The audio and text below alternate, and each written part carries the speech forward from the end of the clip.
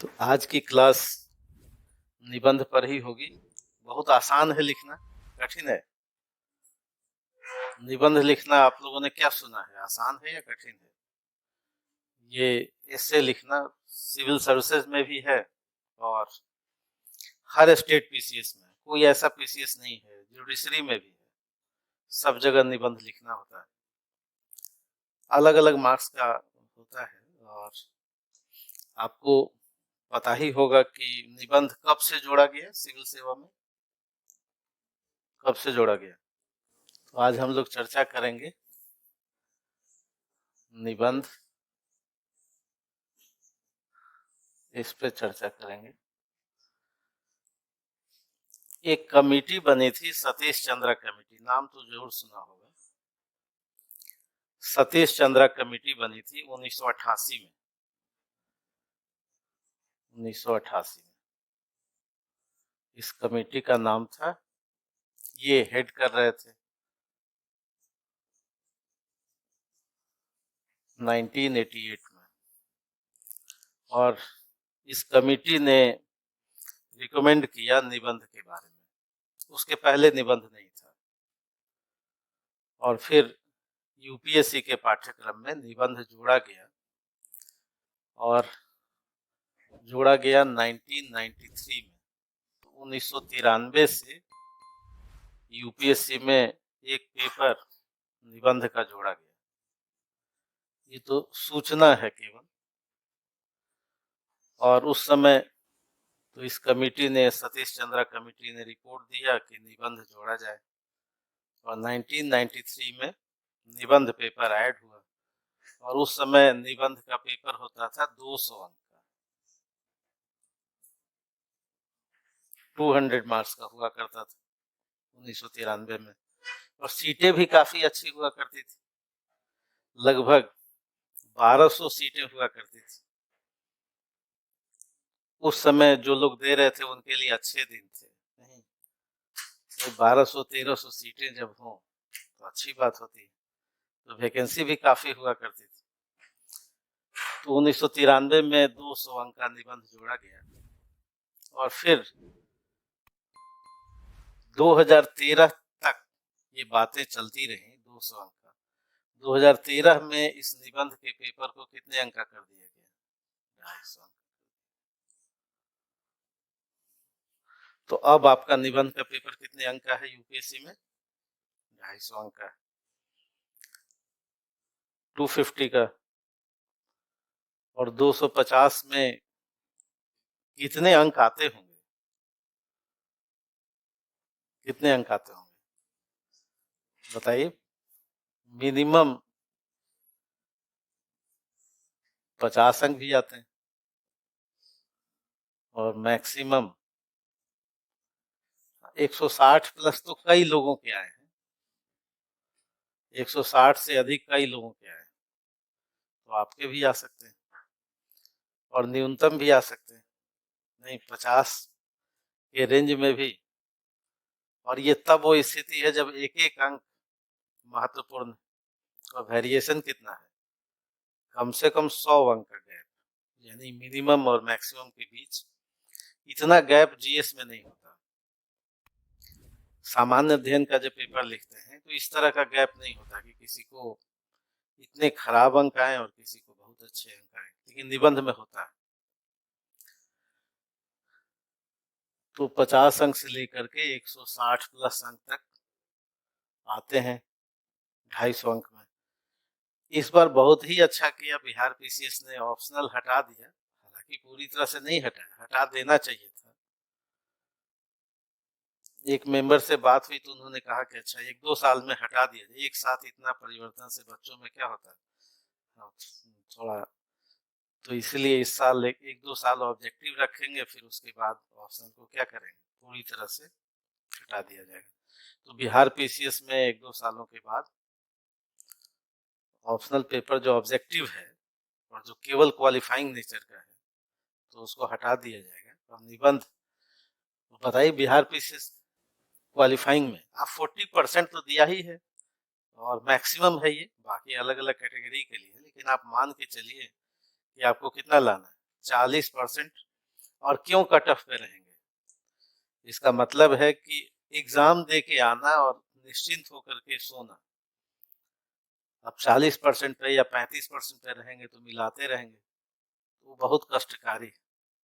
कोई प्रीलिम्स दे के आए और मिलाते रहे, एक अंक बढ़ा घटा, उससे क्या हुआ? बीपी का बढ़ना घटना वाजिब नहीं है। तो एक रेंज होना चाहिए, जैसे क्वालिफाइंग नेचर का 40%, तो आप कितना लाए? मिनिमम 50% तो होना ही चाहिए, तो उसके बाद निश्चिंत रहे, है ना। तो बिहार पीसीएस ने कितने अंक का जोड़ दिया बताइए? बिहार पीसीएस ने जोड़ दिया, अब तक का मैक्सिमम है। नहीं, यूपीएससी में कितने अंक का? 250 का। और बिहार पीसीएस ने कितने अंक का जोड़ा? 300 अंक। यानी बिहार पीसीएस ने 300 के 2 जीएस के पेपर, 600 अंक, और एक 300 का निबंध का, एसए का पेपर। तो बिहार पीसीएस में तो काफी डिसाइडिंग हो गया, तो इसको तो करना ही होगा। और यूपी में कितने अंक का है बताइए?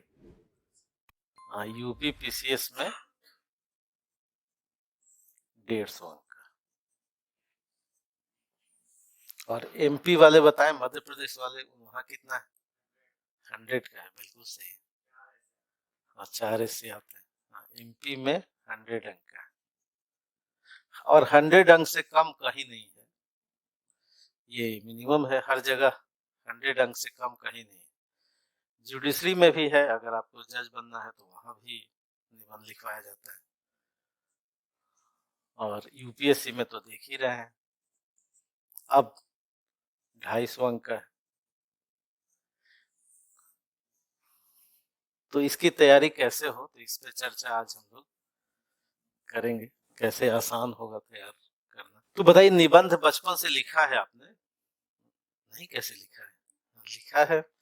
गाय पर निबंध लिखा होगा, दीपावली पर लिखा होगा, मेरे प्रिय शिक्षक पर लिखा होगा, नहीं, राष्ट्रभक्ति पर लिखा होगा, ये सब तो लिखा ही होगा बचपन में। लिखा होगा वर्षा ऋतु पर लिखा होगा, लिखा है कि नहीं? और मैडम से 90% से अधिक अंक पाया भी होगा, नहीं? गाय के 4 पैर होते हैं, और कितने अंक मिल जाते थे? 90%, लेकिन अब नहीं मिलेंगे, है ना। अब थोड़ी समस्या है निबंध लिखने में। तो आखिर निबंध लिखने में समस्या क्या क्या आती है, पहले आप लोगों की जुबान से सुन लें कि निबंध लिखने में क्या क्या समस्या आती है। यूपीएससी में तो एक किताब ही लगी हुई है, निबंध नीले, ये किताब लगा हुआ है। तो सिविल सर्विसेज के पाठ्यक्रम में एक निबंध की किताब है, निबंध नीले, और एक चिंतामणि किताब है, तो इस पर भी चर्चा करेंगे। लेकिन औसत रूप से निबंध होता क्या है, इसकी चर्चा। तो निबंध लिखने में समस्या क्या क्या आती है, प्रॉब्लम क्या क्या होता है, पहले उसको डिस्कस कर लेते हैं। क्या क्या समस्या आती है बताइए? हम समस्या लिख दे रहे हैं, और फिर उसके बाद इसके समाधान पर भी बात करेंगे। तो क्या समस्या आती है? शब्दों की कमी हो जाती है, बिल्कुल ठीक, शब्द की कमी हो जाती है। दूसरा, निरंतरता, यही सबसे बड़ी समस्या है। स्टार्ट, भूमिका, कैसे लिखें और क्या लिखें, और भूमिका क्या लिखें, और भूमिका का मीनिंग क्या है, ये सब समस्या आती है। आपके पास प्रश्न पत्र है, कॉपी है, पेन है, और आप हैं, स्टार्ट कैसे करें, पहला वाक्य क्या लिखें, ये सब समस्या व्यवहारिक स्तर पर समस्या है। और क्या समस्या आती है? इससे को समझने में भी समस्या आती है, बिल्कुल सही।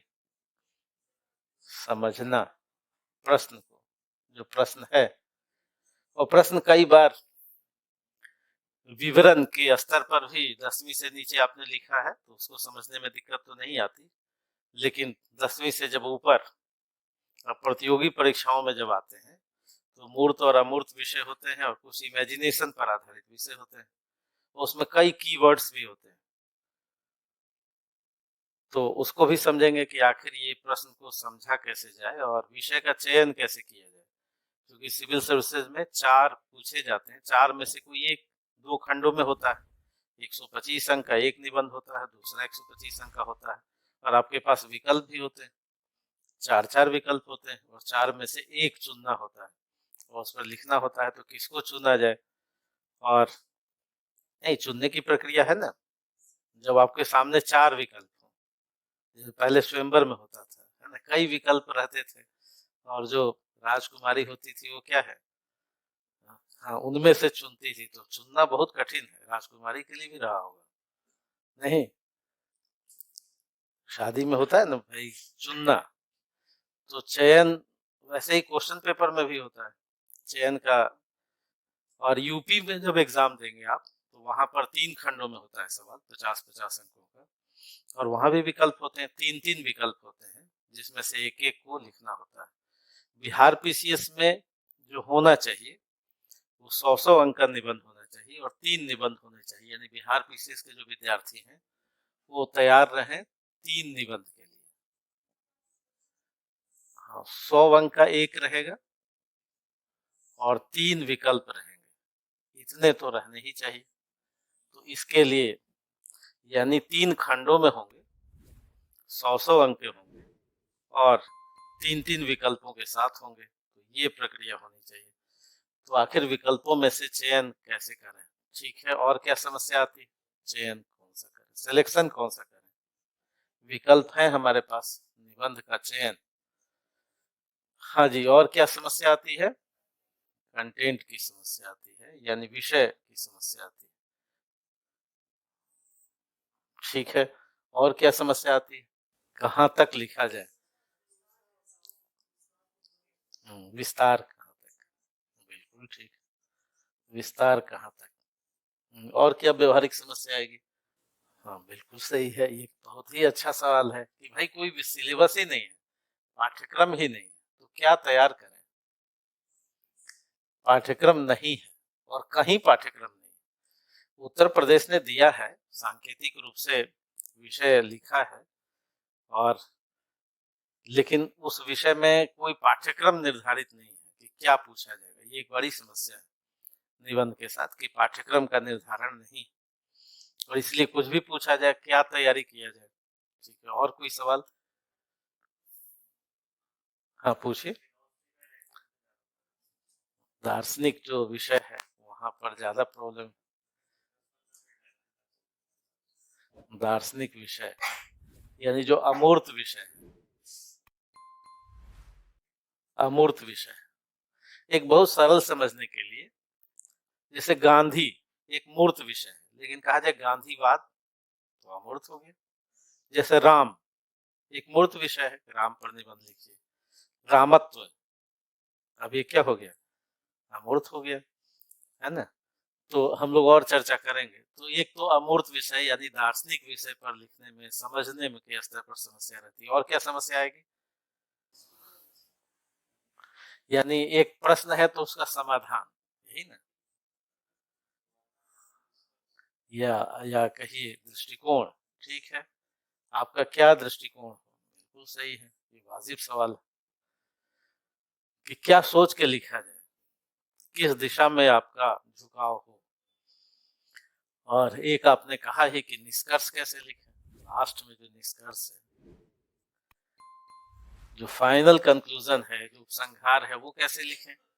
यानी अब जी विदा ले रहे हैं आपसे, निबंध के माध्यम से परीक्षक को कह रहे हैं कि अब हम आपसे विदा ले रहे हैं, तो विदा कैसे लिया जाए। नहीं, एक तो परीक्षक से मिला कैसे जाए, ये भूमिका हो गई, और फिर उनसे कहा जाए कि भाई हम क्या हो रहे हैं, आपसे विदा हो रहे हैं और मेरा ख्याल रखिएगा।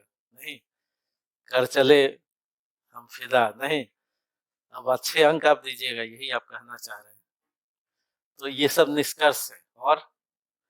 और क्या समस्या आएगी? समसामयिक जो विषय है, यानी जो ज्वलंत विषय है, यानी जो करंट विषय है, इसको कैसे हम शामिल करें, यानी इस ज्ञान को शामिल करें। एक और सवाल हम आपसे पूछ रहे हैं कि क्या निबंध जीएस का उत्तर है? जीएस का उत्तर और निबंध का उत्तर क्या दोनों एक जैसा होता है क्या? क्यों?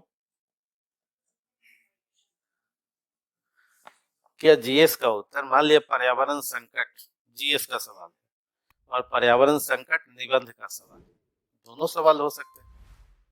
नहीं, जीएस में भी आ सकता है पर्यावरण संकट और निबंध में भी आ सकता है, तो क्या दोनों का उत्तर एक जैसा होगा? क्यों नहीं होगा? मतलब जो विद्यार्थी जीएस में पर्यावरण संकट पर अच्छा अंक ला रहा है, क्या वही लिख करके निबंध में भी अच्छा अंक ला देगा क्या? क्यों नहीं आ सकता? विषय तो वही है।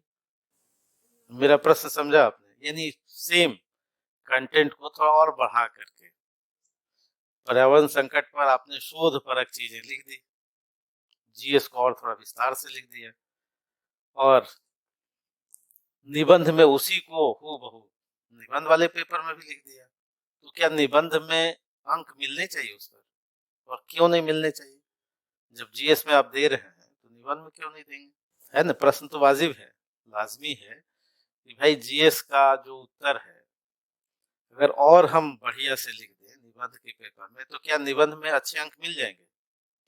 यानी कंक्लूजन यही है कि निबंध जीएस का उत्तर नहीं है।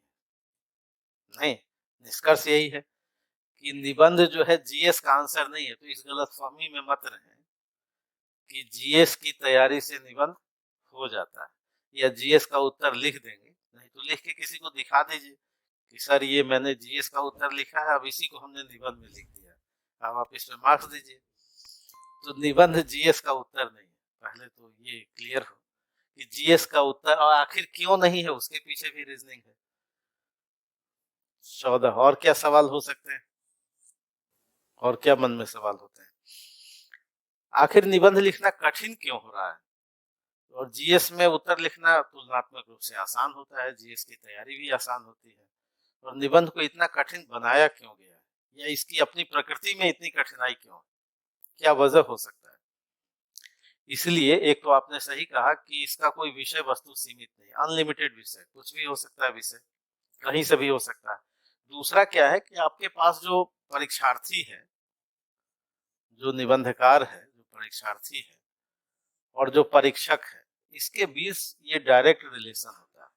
जीएस में क्या होता है कि जीएस की एक विषय वस्तु होती है, इसके माध्यम से आप परीक्षक से मिलते हैं, एक विषय वस्तु होती है, और विषय वस्तु क्या होता है, ये विषय वस्तु क्लियर होता है, उसमें फैक्ट्स आप देते हैं, तथ्य देते हैं, और तथ्य के माध्यम से परीक्षक को आप प्रभावित करते हैं, अपनी लेखन शैली से भी प्रभावित करते हैं और फैक्ट्स को भी बताते हैं। लेकिन निबंध में ऐसा नहीं है।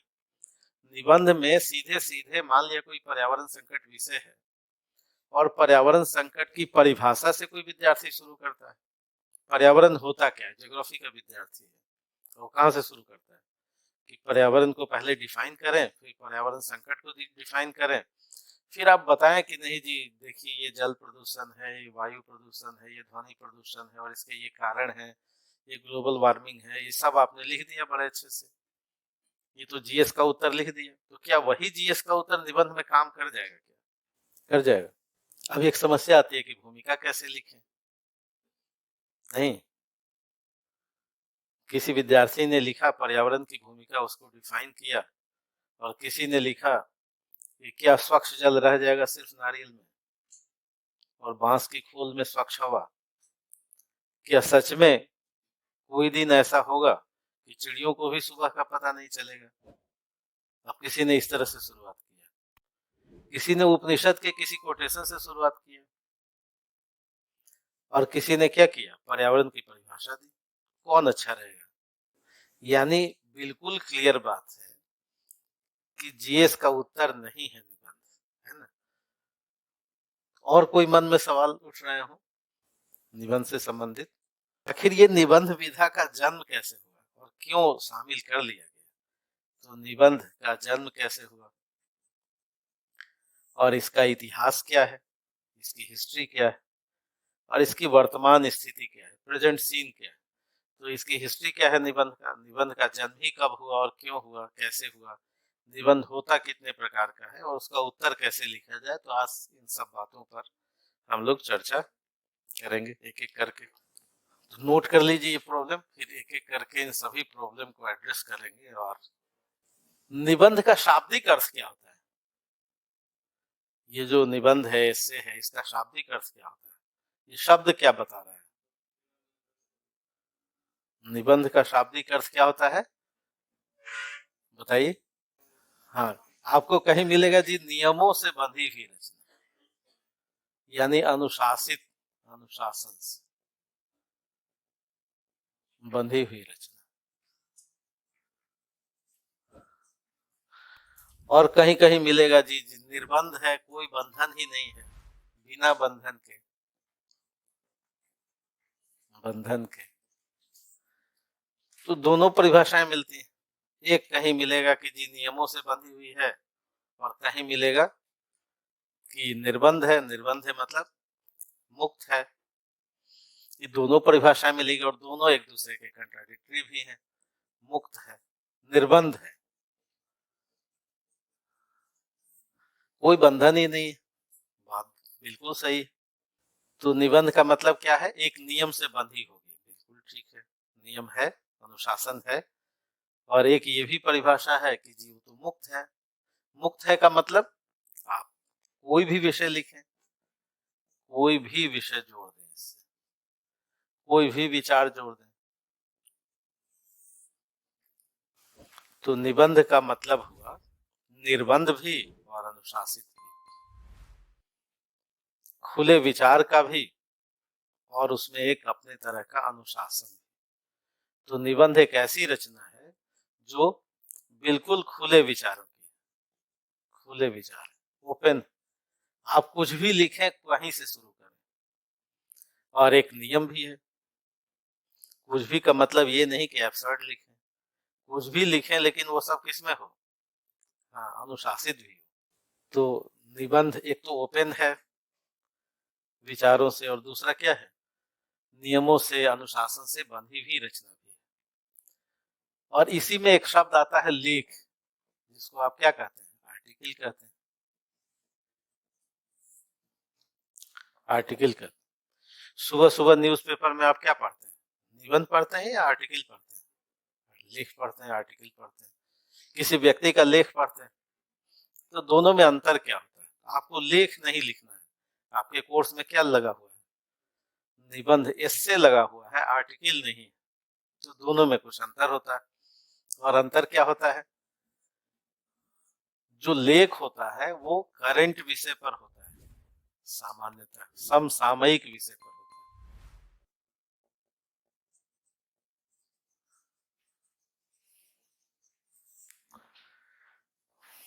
लेख किस पर होता है? लेख का विषय क्या होता है? आप न्यूज़पेपर में क्या पढ़ते हैं? कोई जो करंट मुद्दा चल रहा है उस पे आप लेख पढ़ते हैं।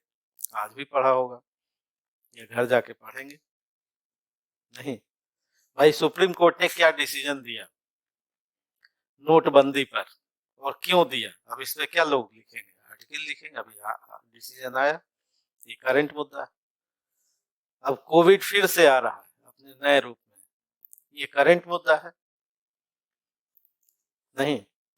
तो ये सब जो करंट मुद्दे हैं, समसामयिक विषय हैं, और इस समसामयिक विषय में फैक्ट्स अधिक होते हैं, तथ्य अधिक होते हैं विचार से। तो लेख में क्या होता है, फैक्ट्स अधिक होता है किससे, विचार से। आपके मन में कोई भी सवाल हो कहीं से भी तो आप पूछ सकते हैं। और निबंध में क्या होता है, विचार अधिक होता है, जस्टिस का, फैक्ट्स। निबंध में भी तथ्य होंगे, लेकिन तथ्यों का एक अनुशासन होगा और विचारों से वो बंधा होगा। यानी विचार ज्यादा प्रभावी होंगे किसकी तुलना में, तथ्य की तुलना में, फैक्ट्स की तुलना में। लेकिन जो लेख होता है वो, उसमें फैक्ट्स अधिक होते हैं विचार की तुलना में। और ये जो निबंध होता है वो शाश्वत विषय से जुड़ा होता है, हमेशा बना रहेगा, शाश्वत विषय, ये पुराना नहीं होगा। तो निबंध का टॉपिक पुराना नहीं होता। तो ये मन से निकालिए कि जो पूछ दिया गया है वो नहीं पूछा जाएगा, पूछा जाएगा। और इसकी भी एक तैयारी होगी। अगर आपने 30-40 निबंध बना लिए, लिख लिए, अपने से उसका प्रैक्टिस कर लिया, तो आप उसी में से आएगा। ऐसा नहीं कि निर्बंध है तो कुछ भी आ जाएगा।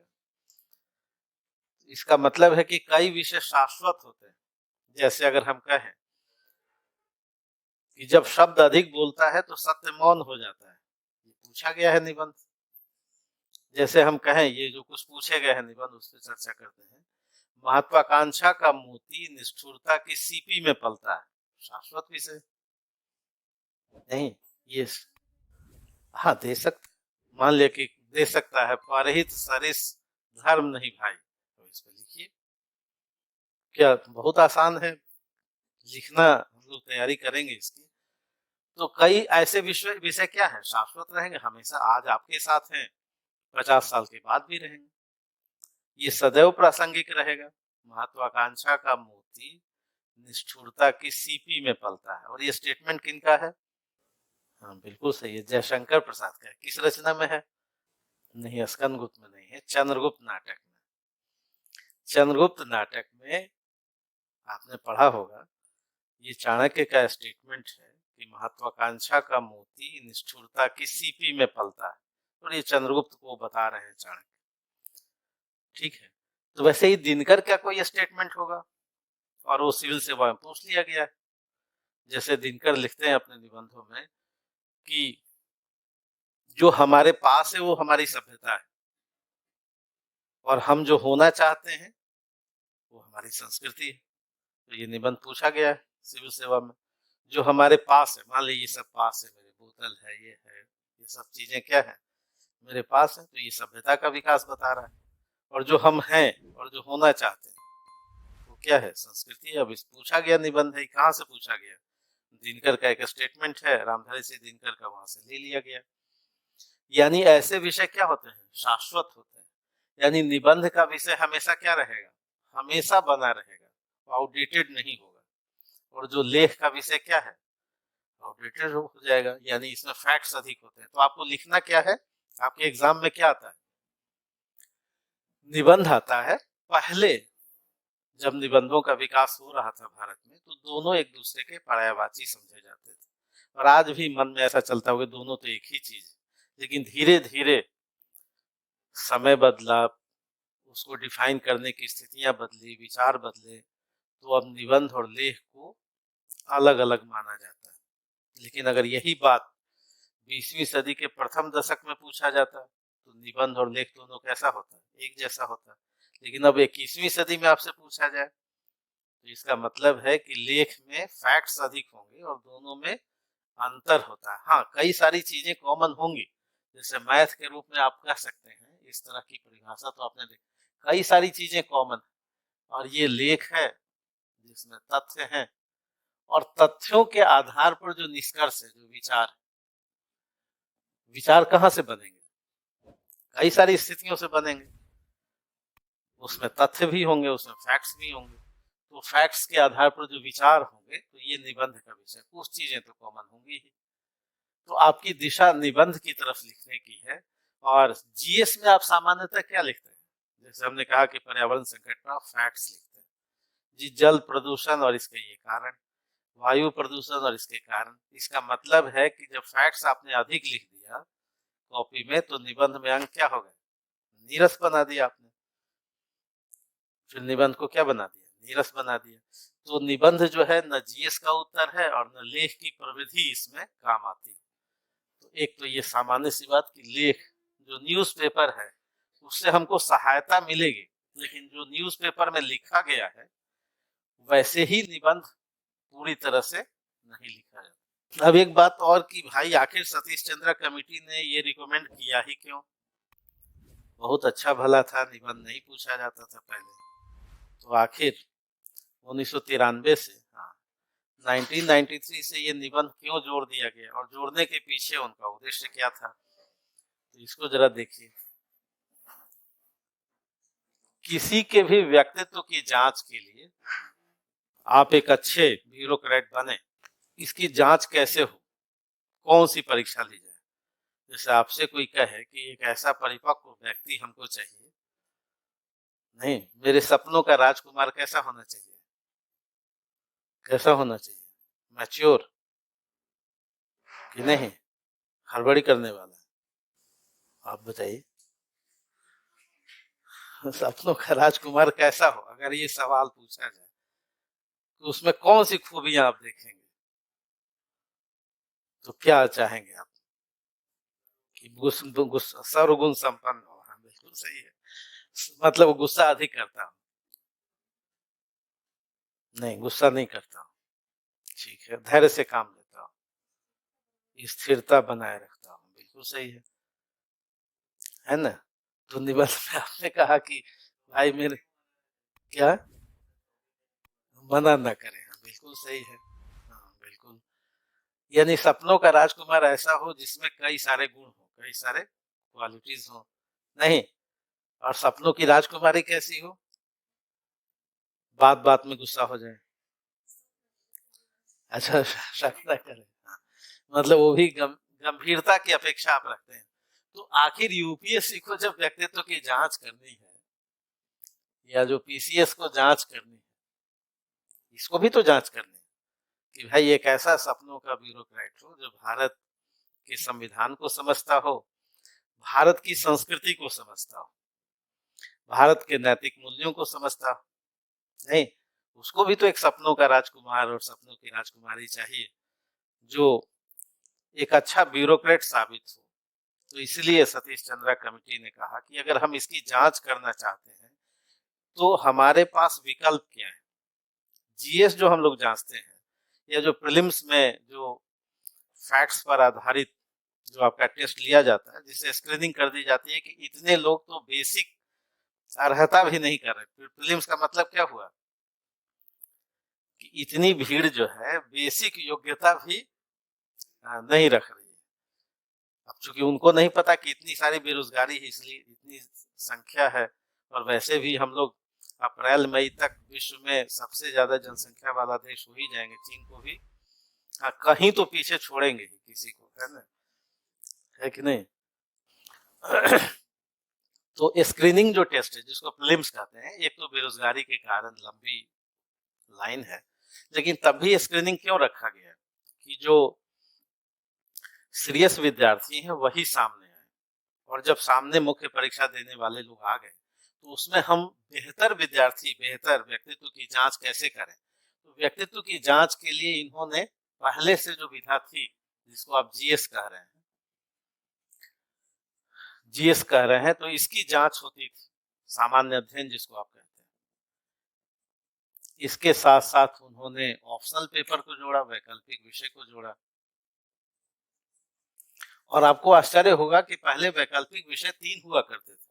शुरुआत में वैकल्पिक विषय कितने हुआ करते थे, धीरे धीरे उनको घटते घटते आप एक वैसे मोड़ पर आए जहां वैकल्पिक विषय लोगों को लगने लगा कि इसकी कोई आवश्यकता नहीं है, और इससे हम एक संतुलन नहीं बना पाते। क्योंकि ये शिकायत कई बार रही कि मैथ वाले विद्यार्थियों को ज्यादा अच्छे अंक मिल जाते हैं, और 90 के दशक में मैथ और फिजिक्स बहुत अच्छा विषय माना जाता था। जो आईआईटी ग्रेजुएट होते थे वो क्या रखते थे, मैथ और फिजिक्स, और बहुत आसानी से पास भी कर जाते थे। धीरे धीरे पाठ्यक्रम में परिवर्तन हुआ, ह्यूमैनिटीज वाले लोग भी आए, तो ये शिकायत अब दूर करने के लिए वैकल्पिक विषय का महत्व जो है ये कम होता जा गया, महत्व कम होता गया धीरे धीरे। आप जानते हैं कि अभी यूपीएससी में भी इसका महत्व जो है 1000 अंक का जीएस, और ऑप्शनल कितने अंक का, 500 का। लेकिन जब व्यक्तित्व की जांच इससे भी उनकी पूरी नहीं हुई, तब कमेटी ने कहा कि नहीं, हमारे पास 2 विकल्प हैं। एक, निबंध, और इसमें सब लोग समान हैं, हर व्यक्ति को एक निबंध लिखना है। और दूसरा, साक्षात्कार, इंटरव्यू जिसको कहेंगे। तो व्यक्तित्व की जांच के लिए, और ये तो बाहरी व्यक्तित्व की जांच हुई, बाहरी जांच, आपको 5 लोग देखेंगे नहीं, आपके बॉडी लैंग्वेज को, आपके ज्ञान को, आपकी 2 आंखें कहती क्या है उनको, वो 10 आंखें आपको निहारती हैं। नहीं, इंटरव्यू में कितनी आंखें होती हैं, 10 होंगी, और 10 आंखें आपके बारे में जानने की कोशिश करेंगी। बहुत कठिन काम है वो भी, लेकिन वो कैसा क्या जानती हैं वो, बाहरी व्यक्तित्व की जांच कर पाती हैं। जो बाहर से कैसा उसका एक्सप्रेशन है, समस्याओं को लेकर के कितना गंभीर है, किसी समस्या के प्रति उसका रिएक्शन क्या है, ये सब जांच होगी जो अभी चल ही रहा है यूपीएससी में। और एक जांच जो आंतरिक व्यक्तित्व की होती है। कई लोग कैसे होते हैं, अंतर्मुखी होते हैं, कई लोग बहिर्मुखी होते हैं। नहीं, कई लोग जानते अच्छा है लेकिन वो बोल नहीं पाते। तो कई बार होता है कि इंटरव्यू में बहुत ऐसे अच्छे विद्यार्थियों के भी मार्क्स क्या हो जाते हैं, कम हो जाते हैं। तो इसके लिए लोग मॉक लेने की व्यवस्था होती है कि पहले आप साक्षात्कार से छद्म रूप से गुजरें और आप में क्या हो, उस व्यक्तित्व को, चूंकि कई बार आप जानते हुए भी नहीं बोल पाते। जैसे अगर कहा जाए कि आप में से कुछ लोग आकर के इधर बोलिए, तो कई लोगों को क्या होती है, समस्या आती है। नहीं होता है ना, तो वहां भी होगा। आप हो सकता है कि जानते हुए न बोल पाए या उस समय न बोल पाए, बाद में जैसे ही कक्ष से बाहर निकले तो आपको लगे ये तो हमको आता ही था। नहीं, तो ये बाहरी व्यक्तित्व की जांच हुई। लेकिन जब आंतरिक व्यक्तित्व की जांच करनी हो तो उनके पास एक ही विकल्प था, और विकल्प क्या था, निबंध का। तो निबंध किस लिए जोड़ा गया, पर्सनालिटी की जांच के लिए। यानी जांच का मतलब है कि आपके पास ज्ञान भी हो और प्लस अभिव्यक्ति पक्ष भी हो, प्लस लेखन शैली, जो लिखावट है आपकी, और आपका चिंतन, कई सारी बातें इससे पता चलती हैं। क्योंकि इसे जीएस से नहीं पता चलता है, इसको तो तैयारी करके कर लेंगे। लेकिन निबंध में होता क्या है कि कई सारी बातें एक दिन में तैयार नहीं होती। जीएस का कुछ पढ़ाया जाए और अभी आप तैयार हो जाएंगे लिखने के लिए। लेकिन निबंध की तैयारी ऐसे हो ही नहीं सकती कि जी अभी बता दिया जाए क्लास में 2 घंटे और उसी समय आप लिख दें। लेकिन जीएस में तो हो ही सकता है। तो निबंध का मतलब क्या है कि आंतरिक व्यक्तित्व की जांच। और आंतरिक व्यक्तित्व का मतलब क्या है, कैसे जांचा जाए, आप बताइए। हर किसी के आंतरिक व्यक्तित्व की जांच करनी है तो बिहार पीसीएस ने क्या किया है, 300 अंक का रखा है, और यूपीएससी ने 250 अंक का रखा है। और ये बहुत ही सराहनीय कदम है कि रखा गया है। नहीं, और बढ़ना चाहिए इसका वेटेज क्या, चूंकि जो पर्सनालिटी की जांच है, तो पर्सनालिटी का क्या मतलब, व्यक्तित्व का क्या मतलब। बीपीएससी को एक अच्छा राजकुमार चाहिए सपनों का, नहीं वीडियो चाहिए, डीएसपी चाहिए, और यूपीएससी को भी चाहिए एक अच्छा डीएम, एक अच्छा प्रशासक चाहिए। तो कैसा चाहिए, तो उसमें क्या क्या हो, यानी जो निबंध में या जो व्यक्तित्व की जब जांच हो रही है तो क्या क्या चाहिए, किन किन मुद्दों पर ध्यान दिया जाए। निबंध है क्या, इसका मतलब निबंध क्यों पूछा जा रहा है, आंतरिक व्यक्तित्व की जांच के लिए। और बाहरी व्यक्तित्व की जांच के लिए क्या लिया गया, आपसे इंटरव्यू लिया गया। और नॉलेज की जांच के लिए, जो ज्ञान की जांच है, जो तथ्य परख है, उसके लिए क्या लिया गया, जीएस लिया गया। और भीड़ को छांटने के लिए क्या लिया गया, स्क्रीनिंग प्रीलिम्स लिया गया। अब कई सारे मोड हैं उनको। तो कैसा व्यक्तित्व चाहिए बताइए। जैसा हमने कहा नैतिक, तो हम ये कह रहे हैं कि जी सपनों का राजकुमार, राजकुमारी कैसा चाहिए, जो नैतिक मूल्यों को जानता और जानने के साथ वैसा व्यवहारिक भी हो। नहीं, मान लिया किसी ने पढ़ लिया, किसी तोते ने पढ़ लिया नैतिक मूल्य, लेकिन वैसा किया नहीं, ऐसा हो सकता है, नहीं हो सकता है कि नहीं। आपको कहा जाए कि 10 दिन का समय दिया जाए और कहा जाए कि आप बिल्कुल दिखने चाहिए बिल्कुल मॉडर्न, तो दिख सकते हैं, दिख सकते हैं कि नहीं। भाई आपको सारी सुविधाएं दे दी जाए, रिजल्ट हुआ, मान लिया सिविल सेवा का रिजल्ट हुआ, तो एक दिन पहले आप कुछ थे और एक दिन के बाद क्या हो जाते हैं, नहीं होते हैं कि नहीं। एक दिन पहले आपको कोई नहीं पूछ रहा, और दूसरे दिन जिस दिन रिजल्ट हुआ उस दिन क्या हो गए आप, आकर्षण के केंद्र हो गए, और सारी सुविधाएं आप ले सकते हैं। आपने कहा भाई हम तो अब बन गए, रिजल्ट मेरा हो गया, तुरंत ऑफर भी आ जाएंगे, और सारी सुविधाएं आप क्या कर सकते हैं, एक हफ्ते में आप सब कुछ बदल सकते हैं अपना, बदल सकते हैं कि नहीं। लेकिन क्या सुसंस्कृत हो सकते हैं एक दिन में, हफ्ते में, 10 दिन में।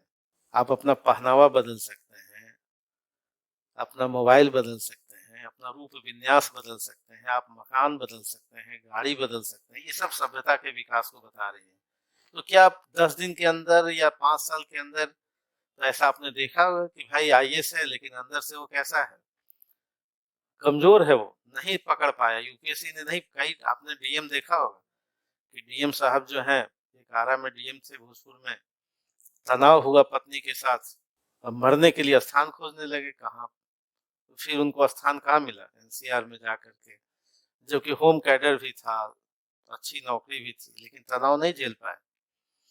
इसका मतलब ये है कि उनका व्यक्तित्व तो क्या रहा, यूपीएससी के पैमाने पर पूरी तरह से, हाँ पास जरूर कर गए, लेकिन जिसके लिए जांचा गया, यानी अभी भी जांच परीक्षाओं में क्या है, यूपीएससी क्या चाहती है कि एक ऐसा व्यक्ति हमको मिले जो समस्याओं के प्रति भी, वो जानता हो महावीर के सिद्धांत को, वो जानता हो कि सत्य और विपत्तियां आती ही रहती हैं, नहीं उसी में से तो निखरता है, और निखरने वाला ही व्यक्ति चाहिए। समस्याएं तो तरह तरह की आएंगी जीवन में, और किसके जीवन में समस्या नहीं आती, नहीं। दुख के बाद सुख आएंगे ही, तनाव के बाद फिर विराम के क्षण आएंगे ही, अंधकार कितना भी घना हो, लंबा हो, सुबह आएगी ही। तो इसलिए जब इस तनाव से व्यक्ति मुक्त होता है, यानी नैतिक मूल्यों को जानता भी हो, उस पर क्या करता हो, दूसरा उसके पास सब चीज का ज्ञान हो, उसके पास समाजशास्त्र का भी ज्ञान, औसत ज्ञान, उसके पास साहित्य का भी ज्ञान, नहीं उसके पास संविधान का भी ज्ञान। ऐसा कोई व्यक्ति आप चाहेंगे कि उसके पास जिस संविधान के मूल्यों का ज्ञान ही ना हो? वो व्यक्ति जानता हो राष्ट्रीय आंदोलन को,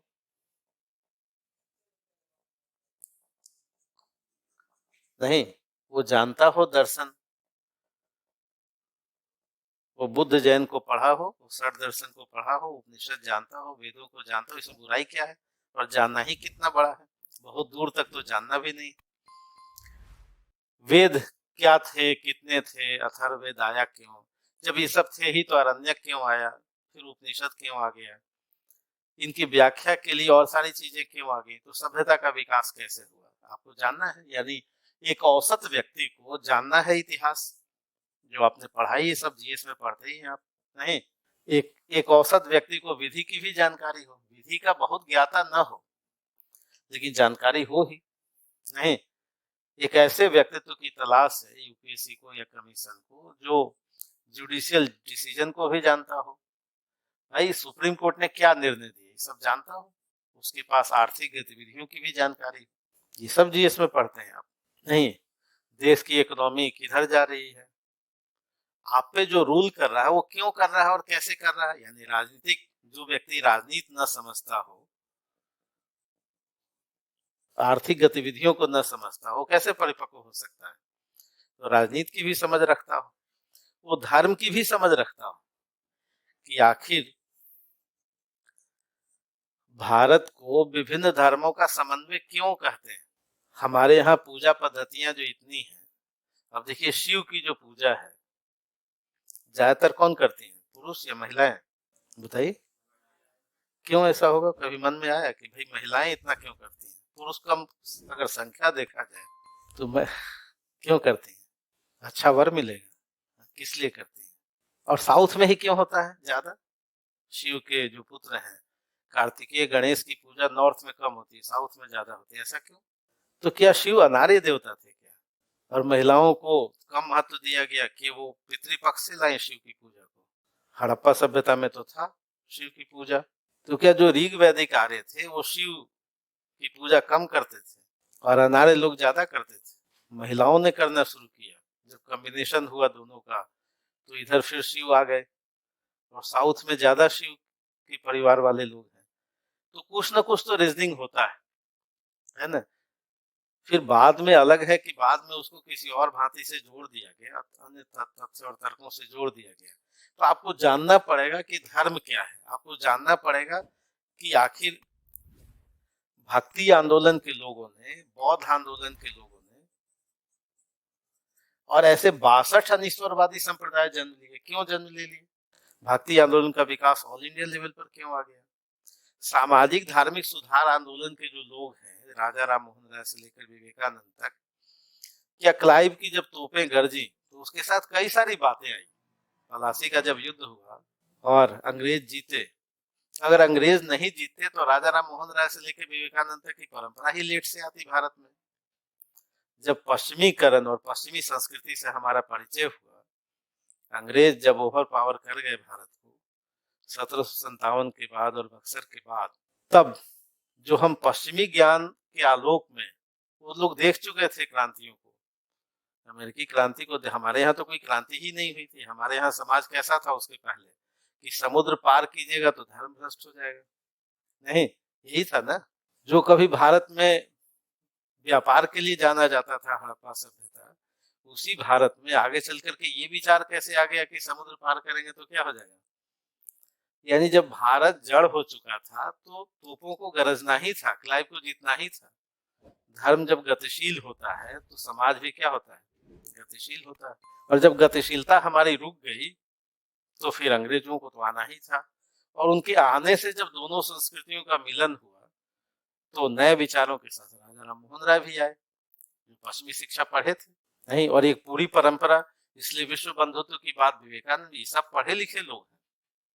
और ये पढ़े लिखे लोग कैसे, मान लिया अंग्रेज नहीं आते तो ये पढ़े लिखे लोग होते क्या, नहीं होते, वो विचार ही नहीं आता। तो कहने का मतलब ये है कि आपको इन सब बातों को समझना पड़ेगा। सामाजिक धार्मिक सुधार आंदोलन की प्रक्रिया को क्या है, समझना पड़ेगा। राष्ट्रीय आंदोलन की प्रक्रिया को समझना पड़ेगा, गांधीवाद को समझना पड़ेगा, संविधान के निर्माण को समझना पड़ेगा। यानी निबंध में एक ऐसे व्यक्ति की तलाश है जो इन सब बेसिक बात, कोई जरूरी नहीं कि सबका गूढ़ नॉलेज रखे, लेकिन सब बेसिक बातों को जाने, तभी निबंध क्या होगा, मैच्योर होगा। और ये सभी बातें हर निबंध में आएंगी। अगर निबंध पूछा जाए कि महत्वाकांक्षा का मोती निष्ठुरता की सीपी में पलता है, तब भी इन बातों की चर्चा होगी।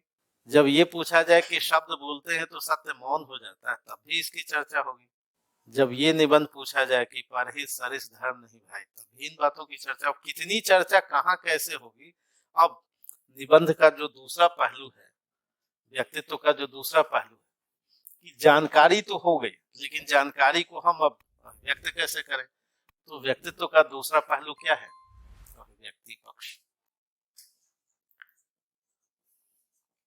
तो एक तो निबंध में सबको हमको क्या करना है, सबको थोड़ा बहुत जानना है। केवल ज्योग्राफी से ज्योग्राफी के निबंध नहीं लिखे जा सकते, और केवल इतिहास से इतिहास विषय के निबंध नहीं लिखे जा सकते।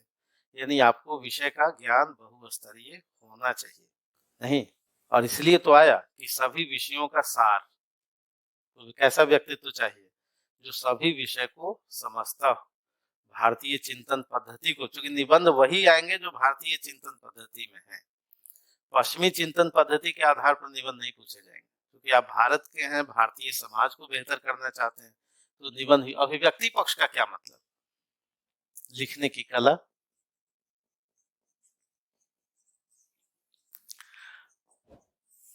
नहीं, इन सब की जानकारी के साथ जो आपका बाहरी पक्ष है वो क्या है, ये जो ज्ञान हासिल किया उससे आपका व्यक्तित्व बना, और उसी व्यक्तित्व की परीक्षा इंटरव्यू के रूप में होती है, नहीं। तो बेसिक बातें ही इंटरव्यू में लोग पूछते हैं, ये सब बेसिक जानकारी है। तो इंटरव्यू में कैसी जानकारी की अपेक्षा रहती है, इंटरव्यू में ये कदापि लोग नहीं पूछते बहुत गहरी जानकारी। क्यों नहीं पूछते, गहरी जानकारी तो आप जीएस में या ऑप्शनल में दे के आए ही हैं। तो इंटरव्यू में क्या पूछते हैं, बेसिक जानकारी। और उस बेसिक जानकारी पर आपको विश्वास कैसा है, आपका व्यक्तित्व कैसे निर्मित हुआ है, आपको अपने ज्ञान के आधार पर जो पर्सनालिटी का विकास किया वो कैसा है। लेकिन यहाँ तो निबंध है, यहाँ तो आप बोर्ड के सामने है नहीं, बोर्ड के सामने नहीं है तो क्या पूछा जाएगा, क्या जानना है, लिखने की कला। और लिखने की कला का मतलब आपकी भाषा, भाषा की शुद्धता। आप सोचिए कि अगर शुद्ध नहीं लिखेंगे तो कैसा व्यक्तित्व लोग समझेंगे। तो निबंध में आपको क्या चाहिए, जीएस में कुछ गलत चल भी सकता है, निबंध में नहीं चलेगा। अगर ज्यादा गलती करते हैं वर्तनी की तो इसका मतलब क्या है, निबंध में कम अंक मिलना चाहिए, ज्यादा मिलना चाहिए। निबंध में, और ये जो शैली है या जो कला है, लिखने की जो कला है जिसको शैली कहते हैं, और शुद्धता का ध्यान तो रखना ही है। और चूंकि विषय अमूर्त होता है, तो इसलिए परीक्षक से आपका संबंध बने रहना चाहिए। यानी आपको लिखना कितना है, लगभग 1000 शब्द लिखने हैं औसत रूप से। कहीं कहीं 700 हैं, कहीं कहीं 1000 से लेके 1200 हैं। यानी औसत रूप से आपके पास किसी विषय पर कितना होना चाहिए, 1000 शब्द। और 1000 शब्द हैं आपके पास, आप हैं और आपका परीक्षक है। तो परीक्षक 1000 शब्दों को पढ़ ले, बहुत कठिन काम है उसके लिए भी। जितना कठिन काम आपके लिए है लिखना, क्या उसके लिए उतना कठिन है कि नहीं? कि भाई आपको, और सुनना कौन चाहता है, और उस उम्र में सुनना कौन चाहता है? नहीं। इसलिए देखिए, बाहर से आया है पति, सुनाना चाहता है, पत्नी को भी क्या करना चाहिए, सुनना। भारतीय संस्कृति में क्या कहा गया है, ध्यान कहा गया है। एक अच्छा श्रोता ही अच्छा वक्ता होता है। तो सुनना भी एक बहुत बड़ी कला है। तो परीक्षक चुपचाप आपके निबंध को पढ़ रहा है, सुन रहा है। अब आपका कर्तव्य ये बनता है कि आप कैसी कॉपी दें उसको कि वो पूरा पढ़ जाए। अगर वो पूरा नहीं पढ़ पाता है तो इसका मतलब है कि या पहला ही जो भूमिका लिखा वही उसको पसंद नहीं आती, तो वो मूड बना लेगा कि जी इसको हमको कम अंक देना है। और पहले ही भूमिका में ही आपने क्या कर लिया, प्रभावित कर लिया। तो प्रभावित कर लिया तो फिर वो आगे भी उसको कंटिन्यू रखना चाहेगा। तो लगभग 1000 शब्द लिखना है। तो 1000 शब्द कैसे लिखा जाए? जीएस का, अगर जीएस का उत्तर 1000 हो तो ना कोई पढ़े परीक्षक। आप किसी जीएस के उत्तर को 1000 शब्द में लिखिए और किसी को दीजिए पढ़ने के लिए। घर जाइए, पर्यावरण संकट पर पूरा किताब से नोट कर लीजिए और किसी को पढ़ने के लिए दीजिए 1000 शब्द। कोई पढ़ेगा? निबंध कैसे पढ़ेगा? इसका मतलब है कि निबंध की भाषा क्या होनी चाहिए, थोड़ी रोचक। नहीं, मौलिक। मौलिक होनी चाहिए, रोचक होनी चाहिए, तभी तो पढ़ेगा वो। अगर वो विषयों को आप रोचक प्रस्तुति नहीं करेंगे, मौलिक का मतलब क्या हुआ? कोई नया फैक्ट्स देंगे क्या आप? ये सब तो है ही पहले से। मौलिक का मतलब होता है अंदाजे बयां ही मौलिक होता है। बुद्ध की बात को आप अपने निबंध में कैसे प्रयोग कर लेते हैं, ये मौलिकता हुई। बुद्ध ने मध्यम मार्ग दिया, वो आप नहीं देंगे, हो गई बातें। तो मौलिकता का मतलब क्या है? किसी जैन दर्शन को, किसी बौद्ध दर्शन को, राष्ट्रीय आंदोलन को, गांधीवाद को आप अपने निबंध के लिए कैसे यूज कर रहे हैं। यानी जो कहने की जो शैली है, जो अंदाजे बयां है, वही क्या है, वही मौलिक होता है। योग तो था ही पहले से, तो आखिर रामदेव जी लोकप्रिय क्यों हो गए? पतंजलि का तो था ही योग। उन्होंने योग को रोग से जोड़ दिया, ये उनकी मौलिकता थी। कहा कि भाई देखिए, उपभोक्तावादी समाज में रोग बढ़ रहे हैं, तो आप क्या कीजिए, सुबह सुबह क्या कीजिए। हाँ, तो उनकी प्रसिद्धि बढ़ गई क्योंकि लोगों को डायरेक्ट बेनिफिट से जोड़ दिया। नहीं, और फिर जब उसका ज्यादा व्यापार करने लगे तो छवि भी बिगड़ने लगी। नहीं, तो योग योग को रोग से जोड़ दिया, यही तो मौलिकता थी उनकी। तो बुद्ध को, जैन दर्शन को, षट दर्शन को, किसी विचार को, राष्ट्रीय आंदोलन को, भक्ति आंदोलन को, संविधान को आप अपने निबंध के लिए कैसे यूज करते हैं? 1000 शब्द में क्या होना चाहिए, रोचकता हो, मौलिकता हो, और साथ साथ तारतम्यता भी हो, क्रमबद्ध भी हो। जैसे पहला पैराग्राफ और दूसरे पैराग्राफ के बीच पढ़ते हुए उसको एक, जैसे एक गति महसूस हो, फिसलन महसूस हो, और वो पढ़ता चला जाए।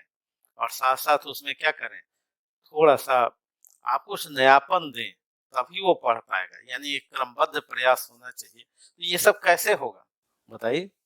थोड़ा प्रैक्टिस से होगा, है ना? प्रैक्टिस से होगा। तो हम लोग क्या करेंगे यहाँ निबंध की क्लास में, अभी तो खैर निबंध हम लोग निबंध निलय पढ़ाएंगे, लेकिन जो यूपीएससी का है, लेकिन जब निबंध की क्लास होगी तो प्रतिदिन आपके लिए क्या होगा, प्रतिदिन आधे घंटे की प्रैक्टिस करेंगे, क्योंकि लिखना बहुत जरूरी है। जो क्लास होगी, जैसे 2 घंटे की क्लास हुई, तो आधा घंटा शुरुआत में क्या होगा, कोई टॉपिक दे दिया जाएगा, उस टॉपिक पर आप लिखिए। और शुरुआती जो 5-10 कॉपियां होंगी उसको तो तुरंत यही जांच दिया जाएगा, और बाकी जो कॉपियां होंगी वो आप जमा करेंगे, नेक्स्ट डे आपको जांच हो करके मिल जाएगा। तो ये हम प्रतिदिन आपसे, मान लिया हमने 40 क्लास लिया, जो अभी प्रोग्राम है, तो 40 ऐसे आपसे भी लिखवाएंगे। और जब लिखवाने के बाद फिर हम भी आपको लिखवाएंगे।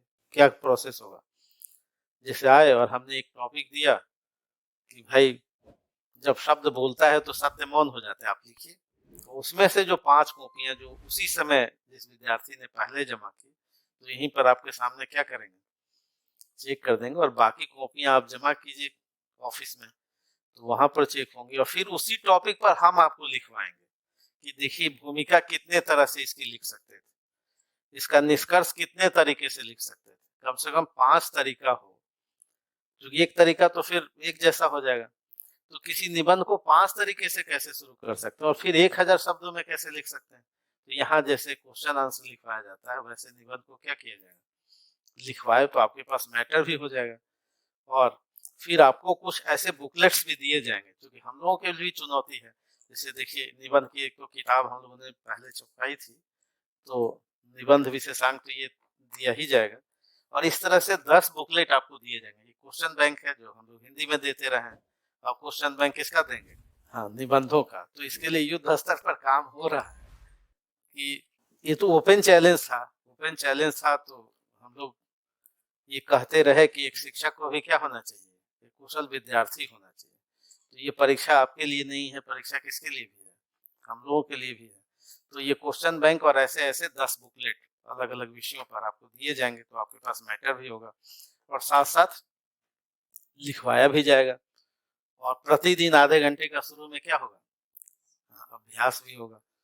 क्योंकि आप हमने लिखवा दी और आपने लिखा ही नहीं तो उसका कोई फायदा नहीं होने वाला है, क्योंकि प्रतिदिन जब आप लिखेंगे तो आप भी क्या हो जाएंगे, भयमुक्त हो जाएंगे। तो ये प्रक्रिया चलती रहेगी। तो कहने का आप जरा आ जाए कि व्यक्तित्व में जो लेखन शैली का हिस्सा है इस पर ज्यादा फोकस, क्योंकि ये तो औसत ज्ञान होता ही है और ये ज्ञान कई बार सुसुप्त होता है, सोया हुआ होता है। आपको लगेगा अच्छा हम तो पहले से ही जान रहे थे लेकिन इसका यूज नहीं कर पाए। आपके तर्कस में तीर होते हैं क्योंकि आपने जीएस के लिए तो पढ़ा ही है, लेकिन उसको यूज कैसे किया जाए, उसका प्रयोग कैसे किया जाए, ये मामला बनता है कि इसको भी हम लोग थोड़ा सीखेंगे अभिव्यक्ति पक्ष के स्तर पर। कि जैसे जब व्याख्या लिखते हैं या कोई जो उत्तर लिखते हैं कि जी भूमिका लिखा है ना, और फिर निष्कर्ष लिखा और फिर विषय वस्तु लिखा है ना, या पॉइंट फॉर्म में लिखा, तो ऐसी बातें निबंध में नहीं चलती, ये सब नहीं लिखना है।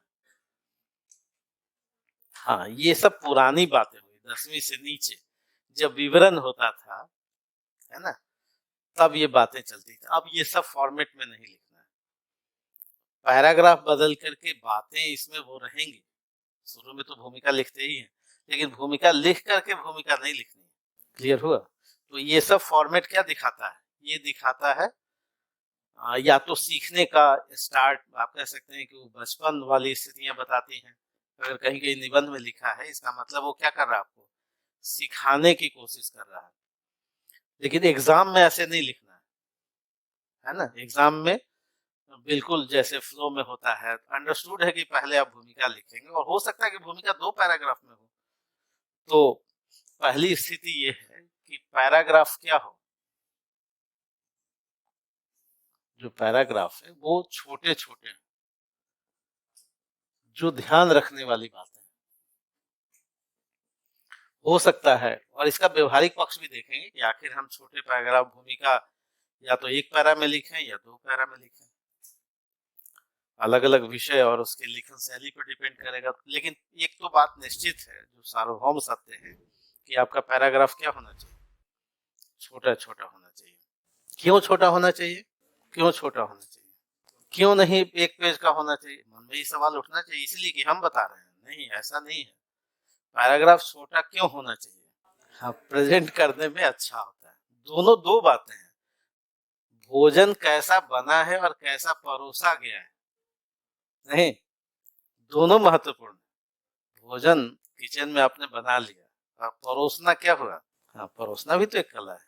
तो जो पैराग्राफ छोटा लिखते हैं वो भी एक परोसना हुआ, ज्ञान को आप कैसे व्यक्त कर रहे हैं। नहीं एक ही बार 5 चपाती ला के रख दिया, या गरम गरम कैसे खिलाते हैं, एक एक करके लाया, मम्मी कैसे देती हैं, एक बार दे देती हैं, सब एक साथ रख देती है, क्या उनको पता चल जाता है। तो कहने का मतलब परोसना भी इम्पोर्टेंट नहीं। तो आप अपने ज्ञान को परोस रहे हैं तो कैसे कीजिएगा, एक बार में लंबा पैराग्राफ लिखिएगा, तो जो रुचि लेने वाला व्यक्ति है वो क्या है, रुचि लेना कम कर देगा। दूसरा, प्रत्येक पेज में कम से कम एक उदाहरण, कम से कम एक उदाहरण। इससे क्या होगा, कोई भी टॉपिक हो, एक पेज जब व्यक्ति खोले पढ़े तो उसमें कोई ना कोई क्या हो, उदाहरण। ज्यादा उदाहरण नहीं, सवाल ये उठता है कितना उदाहरण दे दें, लेकिन एक पेज में एक उदाहरण तो होना ही चाहिए। अब ये उदाहरण का मतलब क्या, उदाहरण का मतलब कोई कविता, कोई उदाहरण, कोई सूक्ति, कोई दर्शन, कोई किसी थिंकर का विचार, किसी चिंतक का, कोई लोकोक्ति, कुछ भी हो। यानी टेस्ट बदलने के लिए, परीक्षा का टेस्ट ये जीएस में नहीं होता। जीएस में क्या होता है, नीरसता चलती रहती है।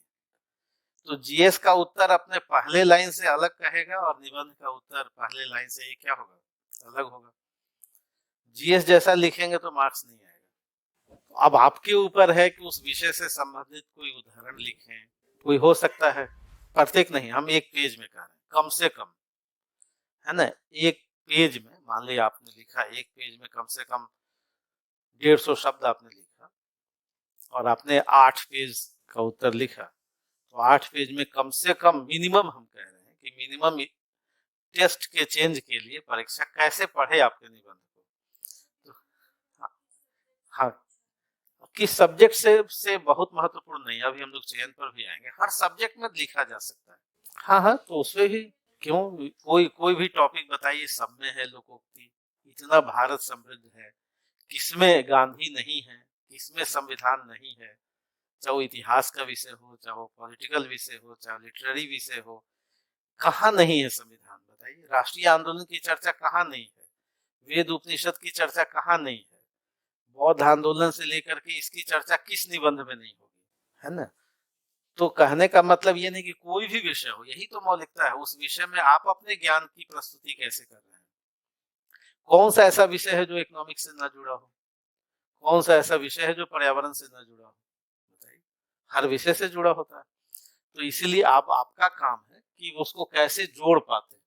तो कम से कम एक उदाहरण, ज्यादा हो तो और अच्छी बात, लेकिन भाई गांधी का कोटेशन है, कोई पश्चिमी दार्शनिक है उसका कोटेशन, मान ली सुकरात ने कुछ कहा है, आप क्यों नहीं लिखेंगे। नीत्शे ने कुछ कहा है तो क्यों नहीं लिखेंगे, लिखेंगे ना। मान ली फ्रायड ने कुछ कहा है, कुछ मार्क्स ने कहा है, हो सकता है कुछ बातें उससे क्या हो, उसका रेलिवेंस हो, तो उसको आप लिखिएगा। तो धीरे धीरे धीरे धीरे एक, मतलब ऐसे नहीं हो सकता कि कुछ तैयारी ही ना करें। कई लोग कहेंगे जी भाई निबंध की तो तैयारी होती ही नहीं है, सीधे एग्जाम में ही छक्का लगा सकते हैं। तो सीधे एग्जाम में छक्का नहीं लगा सकते हैं, क्योंकि आपके पास चॉइस है कि भाई हम 50 अंक भी लाएं और कितने अंक लाएं। 160, जहां एक एक अंक की फाइट चल रही हो, वहां 100 अंक का गेम नहीं खेला जा सकता। यानी निबंध की भी तैयारी क्या होती है, होती है।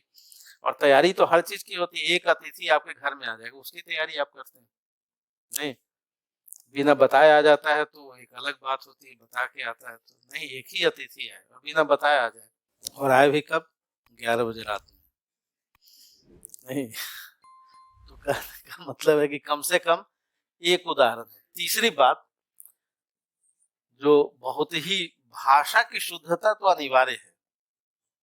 एक आध गलती आप कर सकते हैं, चलिए वो अधिकार है, लेकिन अगर बार बार गलती मिल रही हो तो निबंध में अंक क्या हो जाते हैं, काट लिए जाते हैं। निबंध का जो परीक्षक है वो आपकी गलती को इतनी सहजता से, जीएस का परीक्षार्थी, जीएस का जो परीक्षक है वो थोड़ा सा मान भी लेगा, लेकिन निबंध में ज्यादा गलती करेंगे तो ये, चौथी बात की जो पैरा है, विषय वस्तु है, अब इसकी फॉर्मेटिंग जरूरी, फॉर्मेट कर लें।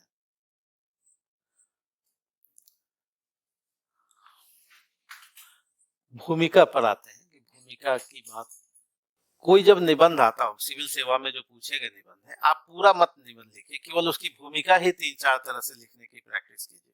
जैसे एक साल सवाल पूछा गया कि हर प्रॉब्लम का एक ही सॉल्यूशन है, मुस्कुराहट। बहुत आसान है, ये सिविल सेवा का सवाल है। निबंध पूछा गया कि हर प्रॉब्लम का सॉल्यूशन क्या है, मुस्कुराहट। अब इस पे आप लिखिए कि हर प्रॉब्लम का सॉल्यूशन है कि जी हम रुआसा चेहरा लेकर के क्या करें, बैठ जाए। ये बहुत आसान निबंध, आसान है या कठिन है? हर प्रॉब्लम का सॉल्यूशन है। अब इस पे लिखना है, तो कितना लिखना है? 1000 शब्द लिखना है। नहीं, अब इसमें क्यों नहीं बुद्ध आएंगे, क्यों नहीं जैन दर्शन आएगा, बताइए, आएगा कि नहीं? तो कई सारी बातें हर निबंध में आती हैं, तो इसकी थोड़ी क्या करेंगे हम लोग, प्रैक्टिस करेंगे। तो भूमिका लिखना, भूमिका कैसे लिखें, ये एक महत्वपूर्ण प्रश्न उठता है। कविता से लिख सकते हैं, कोई प्रसिद्ध कथन से लिख सकते हैं, कोई प्रश्नवाचक शैली से लिख सकते हैं, हम सीधे क्वेश्चन वाली शैली से भी लिख सकते हैं, प्रश्नवाचक शैली से भी लिख सकते हैं। हम लोग व्यवहारिक रूप से लिखने की कोशिश करेंगे कि आखिर भूमिका कितने तरह से लिखी जाए, और सब लिख के बताएंगे, और फिर आपको कहेंगे कि आप जज कीजिए कि भाई कौन अच्छी सी लग रही है। सबका टेस्ट अलग अलग। प्रश्नवाचक शैली से लिख सकते हैं। चौथा, कोई कहानी बना के लिख सकते हैं।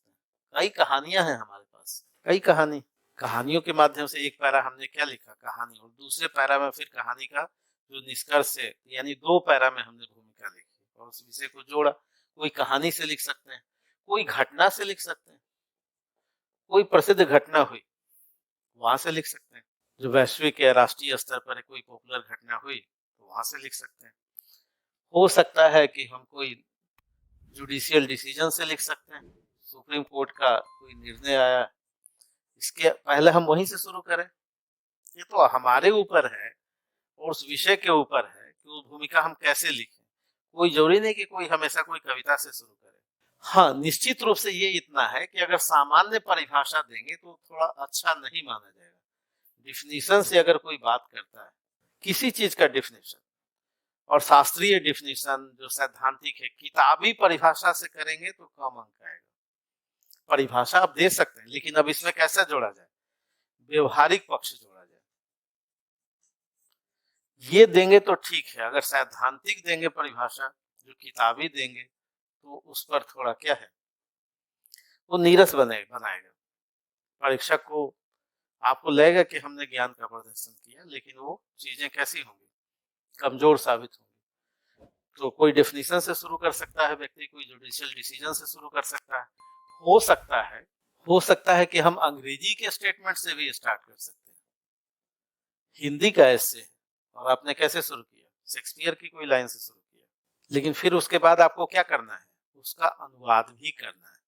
इसका ध्यान रखना है, क्योंकि आप किसका ऐसे लिख रहे हैं, हिंदी का लिख रहे हैं। अंग्रेजी का लिख रहे हैं तो अनुवाद की जो आवश्यकता ही नहीं, और आपने अंग्रेजी के किसी कविता से या स्टेटमेंट से शुरुआत की, तो फिर आपको क्या करना चाहिए, अगर अंग्रेजी से प्रारंभ करते हैं कोई कोटेशन से, तो फिर उसका अनुवाद भी करें, क्योंकि परीक्षक को ये न लगे कि हाँ ये जानबूझ के ऐसा कर रहा है। ठीक है, तो कर सकते हैं अंग्रेजी के स्टेटमेंट से। हो सकता है कि कोई संस्कृत से करे, कोई हो सकता है कि लोक बोलियों से करे, हम लोकगीत से कर रहे हैं, कोई बात नहीं।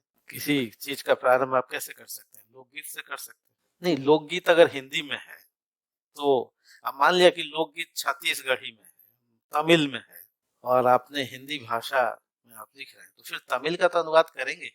लेकिन अगर लोकगीत खड़ी बोली में है तो उसका अनुवाद करने की आवश्यकता नहीं। लेकिन अगर तमिल में है, तेलुगु में है, कन्नड़ में है, गुजराती में है, नहीं, मैथिली में है, तो उसको, हाँ, तो उसको आप क्या करेंगे, यानी परीक्षक खड़ी बोली में आपसे मांग रहा है, तो खड़ी बोली में जब लिखते हैं तो अनुवाद करने की आवश्यकता नहीं। हाँ, संस्कृत है तो उसका हिंदी में अनुवाद कीजिए, है ना, एक ब्रैकेट में लिख दीजिए, तो कहीं से भी शुरुआत हो सकती है। कोई राष्ट्रीय आंदोलन की चीजों से शुरुआत कर सकते हैं, संविधान से, हम भारत के लोग, हो सकता है कहीं यहाँ से भी कोई ऐसे निबंध होंगे जहां से आप शुरुआत कर सकते हैं। तो शुरुआत से डरना नहीं, ये केवल प्रैक्टिस का हिस्सा है, कि प्रैक्टिस के रूप में। और सेम केवल इतना ही जानना है कि जो प्रारंभ है, इसका जरूर ध्यान रखना है कि प्रारंभ जो है वो परीक्षक से, हाँ, प्रथम परिचय है, किसी व्यक्ति से आप पहली बार मिल रहे हैं, तो इतना ध्यान जरूर रहे कि एक अजनबी से पहली मुलाकात है और लव एट फर्स्ट साइट होना चाहिए। नहीं, पहली नजर में क्या होना चाहिए, दुराव या प्रेम, बताइए क्या हो, प्रेम हो जाए, नहीं, तो भाई परीक्षक आपकी कॉपी, आपकी भाषा, आपकी सोच से क्या हो जाए, प्रभावित हो जाए, उसको लगे कि कुछ नयापन है, और फिर नयापन है तो थोड़ा हम क्या करें, आगे बढ़ें। तो परीक्षक से पहला परिचय है, और पहला परिचय कैसा होना चाहिए, इसमें जरूर भारतीय संस्कृति का ध्यान रखा जाना चाहिए। संस्कृति का ध्यान, अगर इसका ध्यान नहीं रखेंगे, परिचय का मतलब कई तरह से लोग परिचय दे सकते हैं।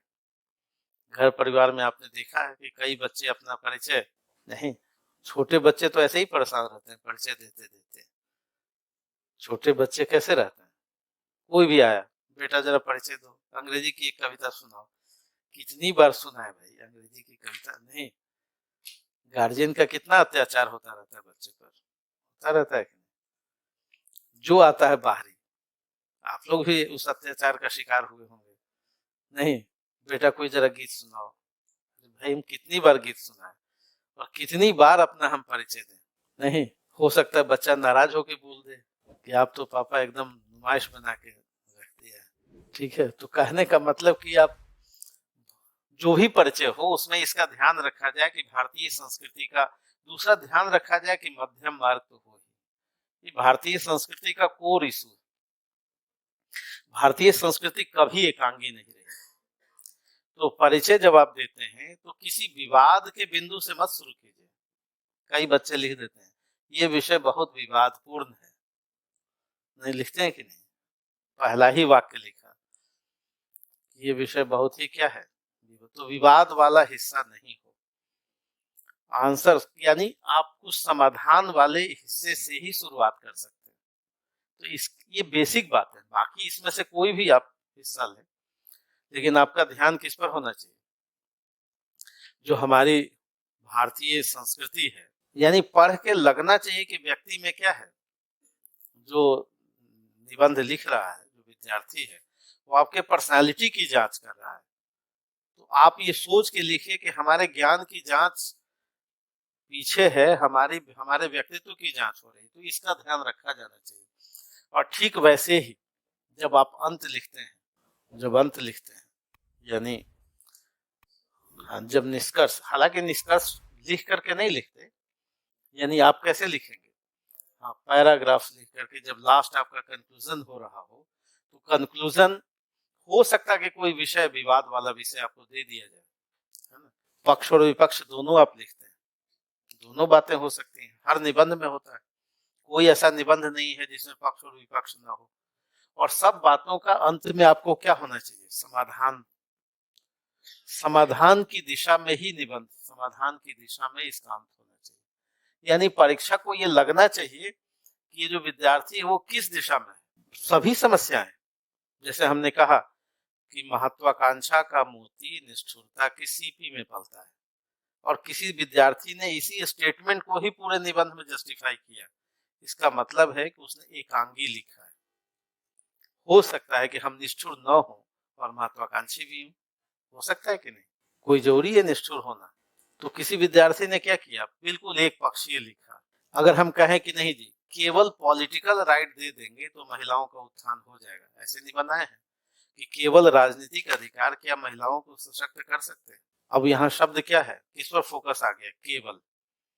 तो क्या केवल पॉलिटिकल राइट से महिलाएं सशक्त हो सकती हैं, नहीं। यानी निबंध कह रहा है कि आप और भी बताइए कि नहीं जी हमको आर्थिक अधिकार भी देना पड़ेगा, नहीं, हमको सोसाइटी में भी रिकॉग्नाइज करना पड़ेगा, हमको धर्म में भी रिकॉग्नाइज करना पड़ेगा, हमको एजुकेशन की भी बात करनी पड़ेगी, हमको हेल्थ पर भी बात करना पड़ेगा। केवल पॉलिटिकल राइट से, क्योंकि शब्द ही है, कहीं शब्द में ही शब्द रहेगा, कभी भी शब्द रहेगा, कभी और शब्द रहेगा, है ना। तो इन शब्दों पर भी ध्यान देना है, और निबंध को दोनों एस्पेक्ट में बताना है। कोई निबंध ऐसा नहीं होता जिसमें भारतीय संस्कृति के नैतिक मूल्य ये आया, सीधा सीधा निबंध है। भाई भारतीय संस्कृति में कुछ बुराइयां भी हैं, सब कुछ अच्छाइयां नहीं, तो आपको कुछ लिखना पड़ेगा उसके बारे में। लेकिन जब निष्कर्ष देने लगेंगे तब आपका व्यक्तित्व कैसा होना चाहिए, तब सॉल्यूशन की तरफ जाना चाहिए। और निबंध कह क्या, हो सकता है निबंध कोई नेगेटिव बात कह रहा हो, आपको हो सकता है निबंध में काटना पड़े उस स्टेटमेंट को, लेकिन जब आप अंत करेंगे, जब निबंध का निष्कर्ष लिखते हैं, तो फिर से इन सब चीजों को ध्यान में रखते हुए इंडियन कल्चर को, मध्यम मार्ग को, गांधी को, राष्ट्रीय आंदोलन की जो हमारी आत्मा है, जो संविधान की आत्मा है, इसका ध्यान रखना पड़ेगा। यानी जब आप निष्कर्ष देंगे, मान ले भ्रष्टाचार पर निबंध आ गया, तो आप क्या निष्कर्ष देंगे कि भ्रष्टाचारी को देखते ही चौराहे पर क्या मार देना चाहिए, गोली मार देना चाहिए, तो इंस्टेंस बने, उदाहरण प्रस्तुत हो कि भ्रष्टाचार नहीं करना चाहिए। नहीं, जैसे बहुत लोग पब्लिक खुश हुआ कि किसी नारी के साथ बलात्कार हुआ और उस व्यक्ति को क्या किया गया, चौराहे पे ही जान मार दिया गया, शूट कर दिया गया। नहीं, और पब्लिक को क्या लगा, आनंद लगा कि नहीं बहुत अच्छा हुआ, भाई सीधे हम क्यों कोर्ट में इतनी सजा लंबी प्रक्रिया से गुजारे, सीधे वहीं क्या करें हम। नहीं, और पब्लिक ने बहुत समर्थन दिया है कुछ घटनाओं को, तो क्या ये वाजिब है, क्या वाजिब है कि पब्लिक न्याय कर दे। हाँ, तो क्या आप लिख सकते हैं निबंध में, लिख सकते हैं कि पब्लिक न्याय कर दे, स्पॉट वही न्याय कर दे, बताइए। नहीं ना भाई, संविधान है, जुडिशियल सिस्टम है, अपराध के पीछे की मानसिकता है, परिस्थितियां हैं, अपराध की गंभीरता कितनी है, कौन व्यक्ति किस अर्थों में अपराधी है। नहीं, अब आपको जानना पड़ेगा। किसी ने मान लिया कि ऑफिस में कोई व्यक्ति है और कैशियर है और इतनी इमरजेंसी आ गई हो, तो क्या 420 एक ही तरह से चलेगा क्या? धारा तो है, कोई व्यक्ति समोसे के लिए चोरी कर रहा हो, तो क्या उस पर भी वैसे ही धारा चलेगी?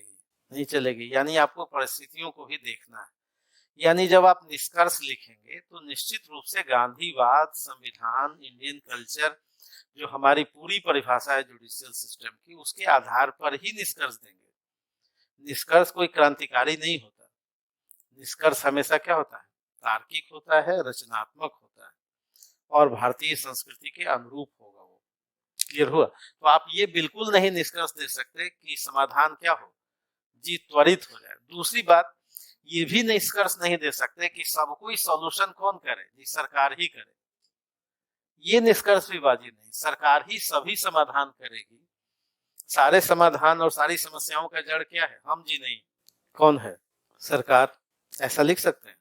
जो व्यक्ति, एक कहानी आपने पढ़ी होगी कि एक व्यक्ति ने एक मूर्ति बनाई और चौराहे पे टांग दिया और लिख दिया कि इसमें बहुत सारी कमियां हैं, है ना, इनसे बहुत सारी कमियां हैं, आप इन कमियों को चिन्हित कर दें।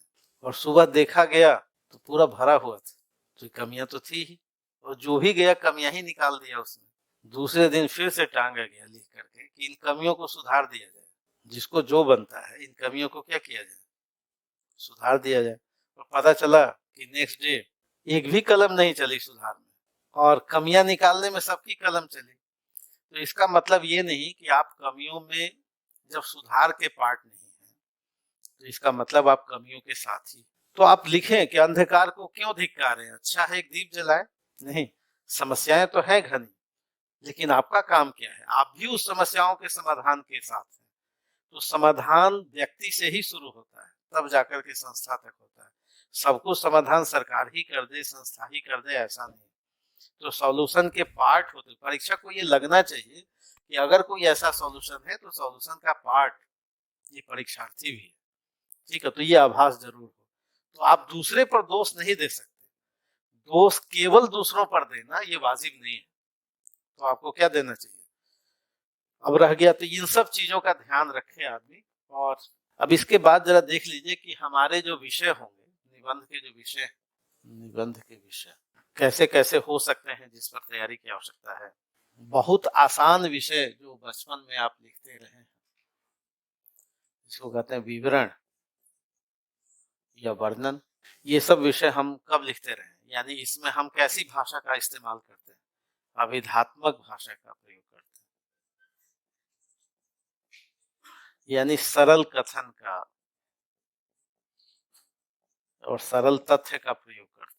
तो विवरण प्रधान निबंधों में कैसी भाषा का प्रयोग करते हैं, सरल कथन का प्रयोग करते हैं। आपने लिखा है विद्यालय पर निबंध लिखा नहीं, आपने होली पर निबंध लिखा होगा, आपने गांधी जी पर निबंध लिखा होगा बचपन में, गाय से शुरुआत की होगी। नहीं, ये सब बचपन में निबंध लिखा होगा। दीपावली पर लिखा होगा, तिरंगे पर लिखा होगा। हाँ, अभिधात्मक का मतलब सरल कथन, यानी जितना कहा जाए उतना ही समझा जाए, जितना और जैसे कहा जाए उतना ही समझा जाए, ऐसी शैली को हम क्या कहेंगे? अभिधात्मक शैली कहेंगे। जैसे गाय के 4 पैर होते हैं, हो गई बात, जितना कहा गया उतना ही समझा गया, कोई विशेष समझने वाली बात नहीं थी इसमें। गाय की एक पूंछ होती। गांधी जी का जन्म 2 अक्टूबर को हुआ था, जितना कहा गया उतना समझा गया। नहीं, सूक्ति का मतलब होता है कि कम शब्दों में गहरी बात कह दी जाए। सूक्ति मतलब सूत्र, सूत्र मतलब फॉर्मूला। आपने सोचा मैथ में होता है ना फॉर्मूला, तो जब जीवन का एक लंबा अनुभव समाज को होता है तब वो सूक्ति में बात करता है। इसलिए जो भी सूक्ति में बात करता है वो कौन लोग होते हैं? विचार प्रधान होते हैं, या कहीं से उस विचार प्रधान बातों को अपनाए हुए होते हैं, है ना। जब सूत्र रूप में कोई कहता है तो अनुभव उसमें बोलता है। तो एक तो विवरण, अब ये नहीं आपसे पूछा जाएगा निबंध में। जो पीसीएस के परीक्षार्थी हैं या यूपीएससी के हैं, उनको विवरण वाला निबंध, अब वो जमाने हाँ गए। वो जमाने किनके लिए होंगे? जो हम नर्सरी में होंगे, 10वीं तक होंगे, तो उनके लिए अभी भी है। हाँ, पैटर्न चेंज हो गया। अब आपके लिए जो विषय है वो 3 प्रकार के पूछे जा सकते हैं। एक मूर्त विषय, दूसरा अमूर्त विषय, और तीसरा काल्पनिक विषय। ये तीनों हो सकते हैं। अब जो विषय की मांग होगी, जो व्यक्तित्व की जांच के लिए आपसे क्या पूछा जाएगा? अमूर्त विषय पूछा जाएगा। अमूर्त का मतलब ये सारे विषय विचार प्रधान। ये तीनों विषय कैसे हैं? विचार प्रधान। ये कैसे विषय से? तथ्य प्रधान। तथ्य प्रधान फैक्ट्स था, जितना कहा गया उतना सोचा गया, समझा गया। ठीक है। विचार प्रधान। अब जब विचार प्रधान विषय है तो अधिक अलंकरण नहीं करना है। कुछ बच्चे अधिक अलंकृत भाषा का प्रयोग करते हैं, चमत्कारिक भाषा, चमत्कारिक भाषा। तो ये सब प्रयोग नहीं करना है। जो विचारों से परिपक्व होता है वो वैचारिक विचारों में ही प्रभाव होता है, न कि अलंकारों में होता है। तो बहुत कोई विद्यार्थी बहुत अलंकारिक भाषा या परीक्षा को प्रभावित करने वाली नहीं। आपने व्यवहार में भी जाना होगा कि ज्यादा फाउंडेशन लगाने से होती है कि नहीं खराब। तो लेख का, निबंध का एक सहज सौंदर्य होता है। तो भाषा कैसी होनी चाहिए? विचार प्रधान। और विचार प्रधान में अमूर्त विषय होते हैं, काल्पनिक विषय भी कुछ हो सकते हैं। हालांकि ज्यादा मात्रा क्या होती है, इंपॉर्टेंट यही होता है। धीरे धीरे जब परिपक्वता बढ़ती है तो आपके लिए किन विषयों की प्रधानता बढ़ती है?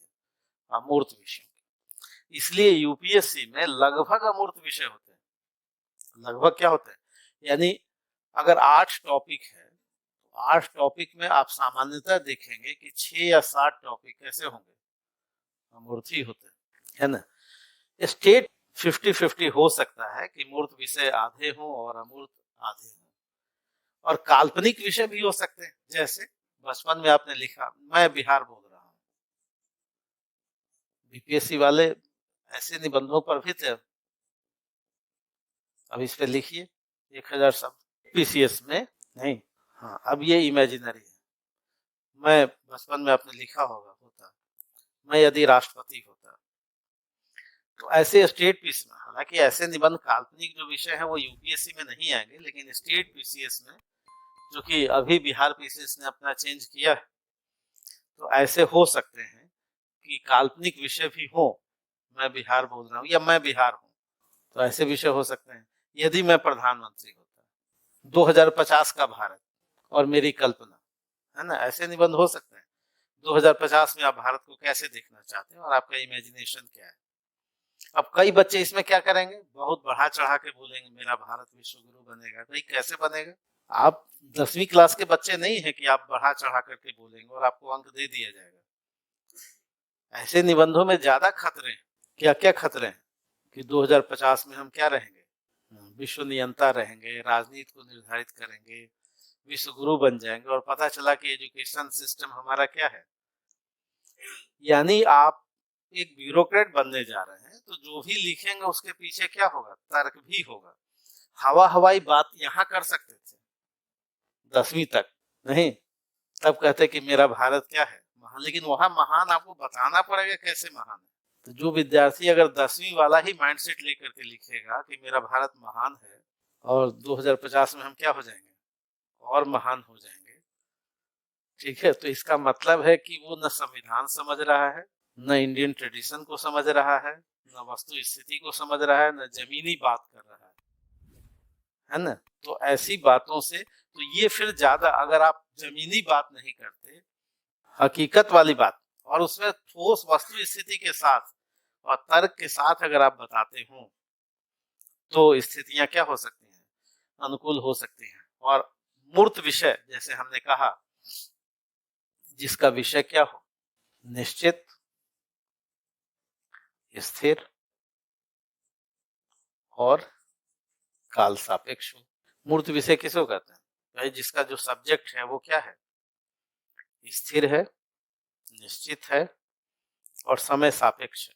लेकिन अमूर्त विषय कैसे होते हैं, है ना, वो सभी काल में सार्वकालिक होते हैं, सार्वकालिक सत्य को बताते हैं, किसी दर्शन को बताते हैं। जैसे अगर हम उदाहरण के लिए कुछ निबंध जो पूछे गए हैं, उन निबंधों की बात करके, सिविल सेवा में जो सवाल पूछे गए हैं, 2022 में जो सवाल पूछे गए, बड़े अच्छे अच्छे सवाल पूछे गए।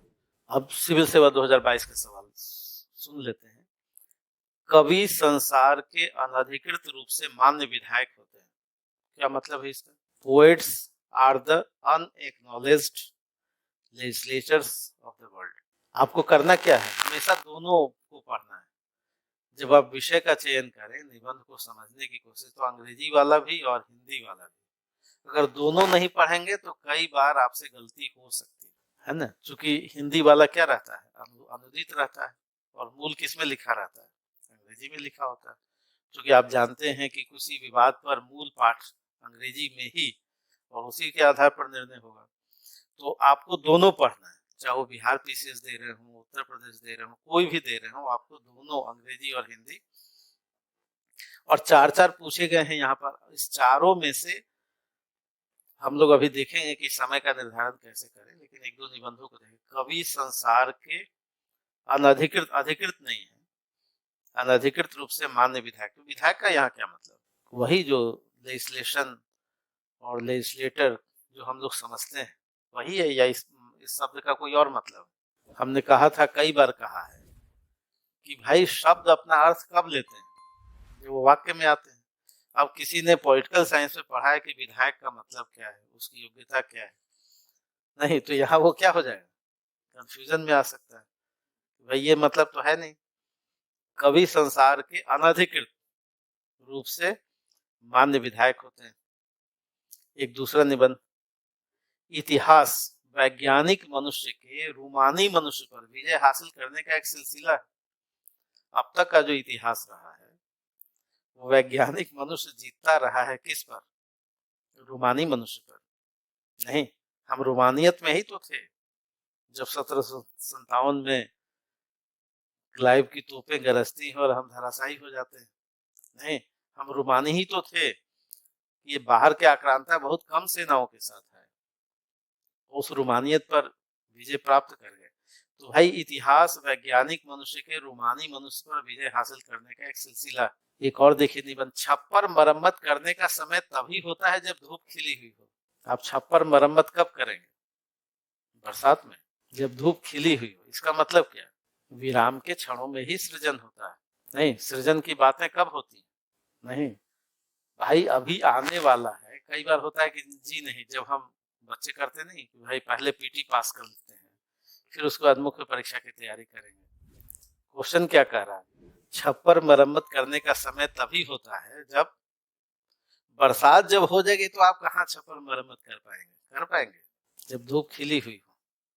नहीं, अब इसको राष्ट्रीय आंदोलन से जोड़िए, इसको बौद्ध आंदोलन से जोड़िए, संविधान के निर्माण से जोड़िए।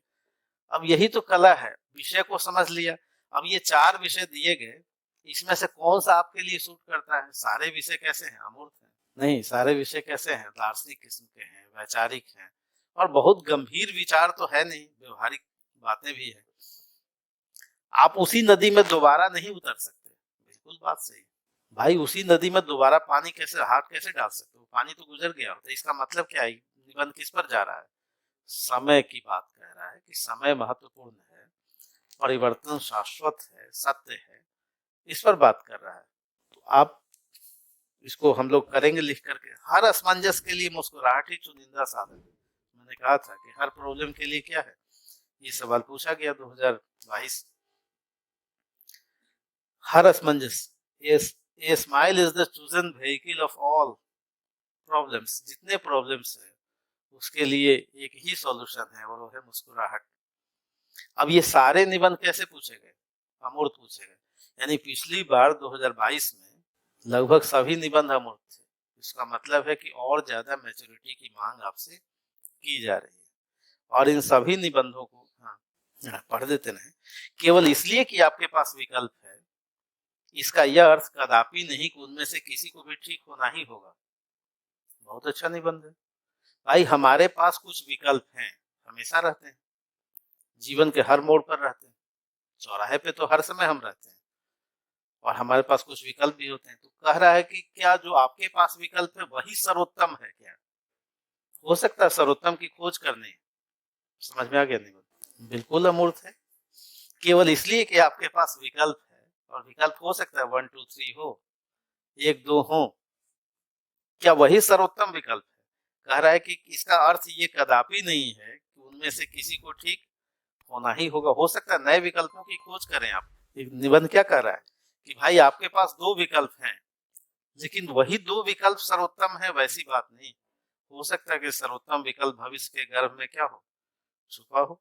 नहीं तो ये सारे निबंध कैसे हैं? विचार प्रधान हैं, अमूर्त हैं, लेकिन 2021 में भी वैसे ही पूछे गए।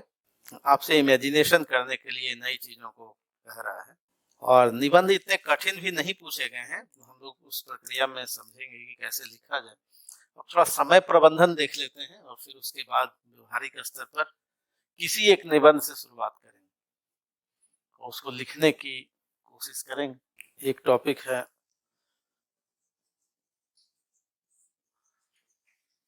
3 घंटे आपके पास समय है, 3 घंटे समय, और हर एग्जाम में लगभग, बिहार पीसीएस में भी 3 घंटे। या तो आपको 2 निबंध लिखने हैं या 3 निबंध लिखने हैं, यही है आपके पास विकल्प। 2 निबंध यूपीएससी में लिखने हैं और पीसीएस में 3 निबंध लिखने हैं। 3 घंटे का ही समय, यानी एक निबंध में 90 मिनट का समय है आपके पास। 90 मिनट का समय, तो 5 मिनट का जो हिस्सा है ये आपके पास होना चाहिए कि 4 जो विकल्प, चारों विकल्प पर सोचा जाए।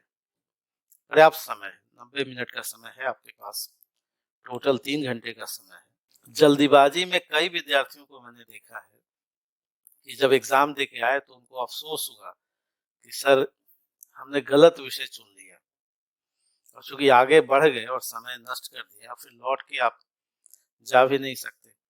और एक बार अगर आपने गलत विषय चुन लिया तो डिसाइडिंग हो जाएगा, क्योंकि जीएस का सवाल नहीं कि 10 अंक का छूट गया है ना, ये सवाल कितने अंक का था, 125 अंक का था। और आपके मन में, और जैसे ही मन में ये आ गया कि मैंने गलत चुन लिया और आधा घंटा आपने गुजार दिया, तो वहीं आप आत्मविश्वास खो देंगे। फिर जो उस खराब परिस्थितियों में भी बेहतर करना था वो आप नहीं कर पाएंगे। अगर लिखते वक्त आपको लग गया कि हमने क्या कर लिया, तो ऐसी स्थितियां आती हैं। तो 5 मिनट चारों विकल्पों पर आप जाइए, और चारों विकल्पों में फिर 2 पर जाइए। भाई 2 डिलीट कीजिए कि ये तो हमसे, हाँ ये 2 अब बेहतर हो गए, अब इस 2 पर हम लिख सकते हैं। अब इस 2 पर, जब 2 पर आ गए आप, और फिर वैसे ही दूसरे खंड में भी आप 4 थे तो यहाँ भी 2 विकल्प पर आ जाइए, उसी समय चुन लीजिए शुरू में ही। हो सकता है कि 5 से 8 मिनट लग जाए, कोई बात नहीं। दोनों निबंध, ऐसा नहीं कि लिखने के बाद हम दूसरा खंड चुनेंगे, है ना, तो आप 2 का चयन कर लीजिए। अब जब 2 यहाँ भी कर लिया, अब 2 पर थोड़ा सा लिखने की, प्रारूप बनाने की कोशिश कीजिए। फिर से लगाइए 10 मिनट, 8 मिनट, 5 मिनट। कौन व्यक्ति कितना प्रैक्टिस किया है उस पर डिपेंड करता है, लेकिन मिनिमम 5 मिनट तो लगने ही चाहिए। प्रारूप बनाएं आप। दोनों पर कई बार आप चयन कर लेते हैं, जैसे ही प्रारूप बनाने लगते हैं ऊपर से लगता है कि लिख लेंगे, लेकिन हो सकता है कि प्रारूप बनाते वक्त आपको लग जाए कि नहीं, इन दोनों में से बेहतर कौन। ऊपर से लग सकता है कि ये विषय आसान था, लेकिन जैसे आपने विषय समझ लिया कि हर प्रॉब्लम का सॉल्यूशन है मुस्कुराहट, और आपको लगा कि नहीं ये तो हम लिख सकते हैं, लेकिन जैसे ही प्रारूप बनाने लगे तो लगा कि इसमें तो एक पेज से ही ज्यादा हम नहीं लिख सकते, क्या लिखे, और आपने स्टार्ट कर दिया। तो ऐसा नहीं करना। हो सकता है कि ऊपर से बहुत आसान लग रहा हो, लेकिन जैसे ही आप लिखना आगे बढ़ेंगे फिर वो क्या होने लगेगी, समस्याएं आने लगेंगी। तो एक प्रारूप का निर्धारण हो, और प्रारूप में आप सोच लें कि हमको भूमिका कैसे स्टार्ट करें, इस पर थोड़ा सोचिए। इस पर भी दूसरा जो आपने चुना है उसको भी सोचिए कि स्टार्ट कैसे करेंगे। अभी अंत आप नहीं समझ पाएंगे कि अंत कैसा करेंगे, लेकिन ये स्टार्ट कैसा करेंगे और जो हमने तैयारी की है उसको कैसे यहाँ लाएंगे। तो भूमिका कम से कम 2-3 लाइन या उसका प्रारूप देख लें, और प्रारूप में अलग अलग एस्पेक्ट अब आपने देख लिया, फिर उसके बाद अब दोनों में से एक पर आ जाइए जी। अब फाइनल कर लिया कि क्या, लेकिन कोशिश दोनों में किया। 4 में से पहले 2 को छांटा, और फिर दोनों का प्रारूप देखा औसत रूप से, और फिर उसके बाद फिर से डिसीजन लिया कि दोनों प्रारूप में हम किस पे आगे बढ़ सकते हैं। तो इतनी रूपरेखा जब हो गई तब अब जब एक पर आ गए तो इसी को थोड़ा सा और फाइनल कर दीजिए, और थोड़ा फाइनल कि क्या क्या हम लिखेंगे, कैसे क्रमबद्ध होगा मेरा। और हम एक बार में आप पूरा नहीं हो पाएगा, लेकिन फिर से 5 मिनट लगाइए, आपके पास पर्याप्त समय, 90 मिनट का समय। यानी आप इस पूरे प्रारूप बनाने में यदि आपने ये दोनों का आपने 30 मिनट लगा लिए, कोई बात नहीं, 30 मिनट लगने दीजिए, लेकिन दोनों में से आपने क्या कर लिया, एक एक को चयन कर लिया। एक एक का चयन कर लेने में 30 मिनट भी लगते हों तो भी कम ही लगे। अभी आपके पास कितना बचा हुआ है ना, अभी आपके पास 2.5 घंटे का समय बचा हुआ, और आपने एक एक निबंध को कर लिया, देख लिया। अब उसका जब प्रारूप बना लेंगे तो फिर से रफ की तरफ जाइए, रफ लास्ट में एक पेज रखिए रफ में, और भूमिका लिखने की कोशिश कीजिए। भूमिका जब आप लिख लेते, हो सकता है वो भूमिका आपके ध्यान में है कि हम कोई सूक्ति परक लिखें, कोई स्टेटमेंट से लिखें, कोई जुडिशियल डिसीजन से लिखें, हो सकता है कोई हिंदी की कविता से लिखते हैं, इतिहास के प्रसंग से लिखते हैं। आप 1-2 बार काटिए इसको कैसे, क्योंकि बहुत डिसाइडिंग है कि स्टार्टिंग कैसे हो। तो 5 मिनट के बाद थोड़ा क्या कीजिए, उसको किसी निश्चित निष्कर्ष पर आइए, और प्रारूप बना दिया है और फिर आपके पास कम से कम 50 मिनट हैं, 60 मिनट हैं जिसको आप, और लिखते लिखते आपके ध्यान में क्या आएगा कि अच्छा अंत कैसे करूं, लिखते लिखते आएगा। फिर लिखते लिखते ये भी आएगा क्योंकि सेकंड खंड में भी आपने तो सोचा है कि भाई ये वाला टॉपिक है, तो आपको हो सकता है कि मन में क्या करे, वो स्ट्राइक करे, तो हल्का सा रोक करके उसको रफ में लिख देना कि सेकंड वाले में ये स्ट्राइक किया। तो चलते रहता है, वो प्रक्रिया क्या है, वो सोच के नहीं आती, विचार ऐसे ही अव्यवस्थित रूप में आते हैं। तो सेकंड वाला मान लिया कि कोई पॉइंट लगा, कोई कोटेशन लगा, तो वहां तो लिखते लिखते फिर भूल जाएंगे आप, तो उसको क्या कीजिए, उसको नोट कर लीजिए। और इस तरह से जब जब कोई विचार आए, क्योंकि सेकंड वाला भी आपने निश्चित कर लिया है, तो उसका कुछ एवरेज प्रारूप बना लिया है, तो मन में कुछ न कुछ विचार आएंगे, तो उस विचारों को क्या करना है, नोट कर लेना है। और फिर आपके पास कोई समय की कमी नहीं पड़ेगी। लगभग आपको कितना लिखना है, 3000 शब्द लिखना है। 2500 से कम तो लिखना नहीं है, यानी 1200 शब्द लिखना है। 3 घंटे में आप कितना लिखेंगे, थोड़ा बड़ा बड़ा लिखिए। पेज की संख्या भी मनोवैज्ञानिक रूप से बताती है। मान लीजिए पेज कोई 5 पेज लिख रहा है, कोई 8 पेज लिख रहा है, तो एक औसत लिखा जाना चाहिए छोटे छोटे पैराग्राफों, और आपने जो प्रारूप बनाया है तो उसके आधार पर। और यहाँ जो पीसीएस के जो लोग हैं, और ये सामान्यतः कहाँ आना चाहिए, 3 निबंध पूछा जाएगा और आपके पास 1 घंटे का समय। इसमें कई सारे विषय मूर्त होंगे, अमूर्त आधे ही होंगे। आधे कैसे होंगे, सीधे सीधे विषय को जस्टिफाई करते होंगे। तो इसमें तो आपके पास जो तैयारी है, तो यहाँ सिलेक्शन थोड़ा क्या हो जाता है, आसान हो। यहाँ चयन में मुश्किल कम आती है, क्योंकि विषय देखते ही आपको लग जाएगा कि जो मूर्त विषय होते हैं वो कैसा होता है, गांधीवाद की प्रासंगिकता। आपको लगेगा कि अच्छा इसकी तैयारी है हमारी, तो पहली नजर में आपको कैसा लगेगा कि नहीं जी हम इसको लिख सकते हैं। भौतिक गांधी को मारा जा सकता है, वैचारिक गांधी को नहीं। ऐसे निबंध आ गए, तो आपको लग रहा है कि जी इस पर हमने पढ़ा है, कुछ विचार हैं, कुछ सामने बातें हैं, कोई बहुत ज्यादा अमूर्त विषय नहीं है ये, और गांधीवाद हमने पढ़ा है, तो नहीं उस पर लिखा जा सकता है। तो आपको पहली नजर में यहाँ सिलेक्शन, हालांकि सिलेक्शन में होती है दिक्कत, वहां भी कितने होंगे, 3 विषय होंगे, और 3 विषय में कोई एक लिखना होगा, तो अपनी रुचि जो आपकी है और जो आपका अध्ययन है और फिर उसका प्रारूप निर्धारण है, यानी फिर आप उस पर किस पे जाइए, जो आपके अध्ययन का एरिया है। किसी बोरोड एरिया पर मत जाइए कि आपने तैयारी न की हो और उस पर चले गए, तो हो सकता है लिखते लिखते क्या हो जाए, आपका स्टॉक समाप्त हो जाए। तो इसकी चर्चा होनी, तो रुचि और अध्ययन का ख्याल रखते हुए निबंधों का टॉपिक और फिर उसके बाद लिखना। अब इतनी चर्चा के बाद यदि आपके पास कोई और सवाल हो नया तो आप बताइए। ये चर्चा हुई किसकी, निबंध लेखन की, और ये सामान्य रूप से इतिहास भी जान लीजिए 5 मिनट के अंदर। निबंधों का जो इतिहास शुरू होता है वो 16वीं सदी से शुरू होता है। कब से शुरू होता है, और इसमें 2 लोग थे, एक तो माउंटेन साहब थे और एक बेकन साहब थे। ये दोनों 16वीं सदी में, एक 1580 में और एक 17 वर्षों के बाद 1597 में, यानी दोनों व्यक्ति 16वीं सदी में थे। एक का नाम माउंटेन था, दूसरे का नाम क्या था, बेकन था। एक फ्रांस के थे, एक इंग्लैंड के थे। इन्होंने कहा कि नहीं जी, थोड़ा ज्यादा रोचक प्रस्तुति हो, थोड़ा ज्यादा व्यक्तित्व दिखाई दे, ज्यादा ललित पक्ष दिखाई दे, ज्यादा मनोरंजन दिखाई दे, ज्यादा व्यक्ति परक हो, ये इस पर ज्यादा जोर दिया इन्होंने। दूसरे ने कहा कि नहीं, हमको व्यक्ति के साथ साथ विचार भी चाहिए, विचार प्रधान, और थोड़ा संतुलन चाहिए, संतुलित दृष्टिकोण, थोड़ा सम्यक भाव चाहिए, सम्यक भाव चाहिए। इन निबंधों को आगे चल करके ललित निबंध कहा गया। इसको क्या कहा गया, ललित निबंध कहा गया। आगे चल करके हिंदी विधा, जब हिंदी में, और हिंदी में निबंध का प्रारंभ कब हुआ, निबंध किसकी संतान है, ज्योग्राफी की,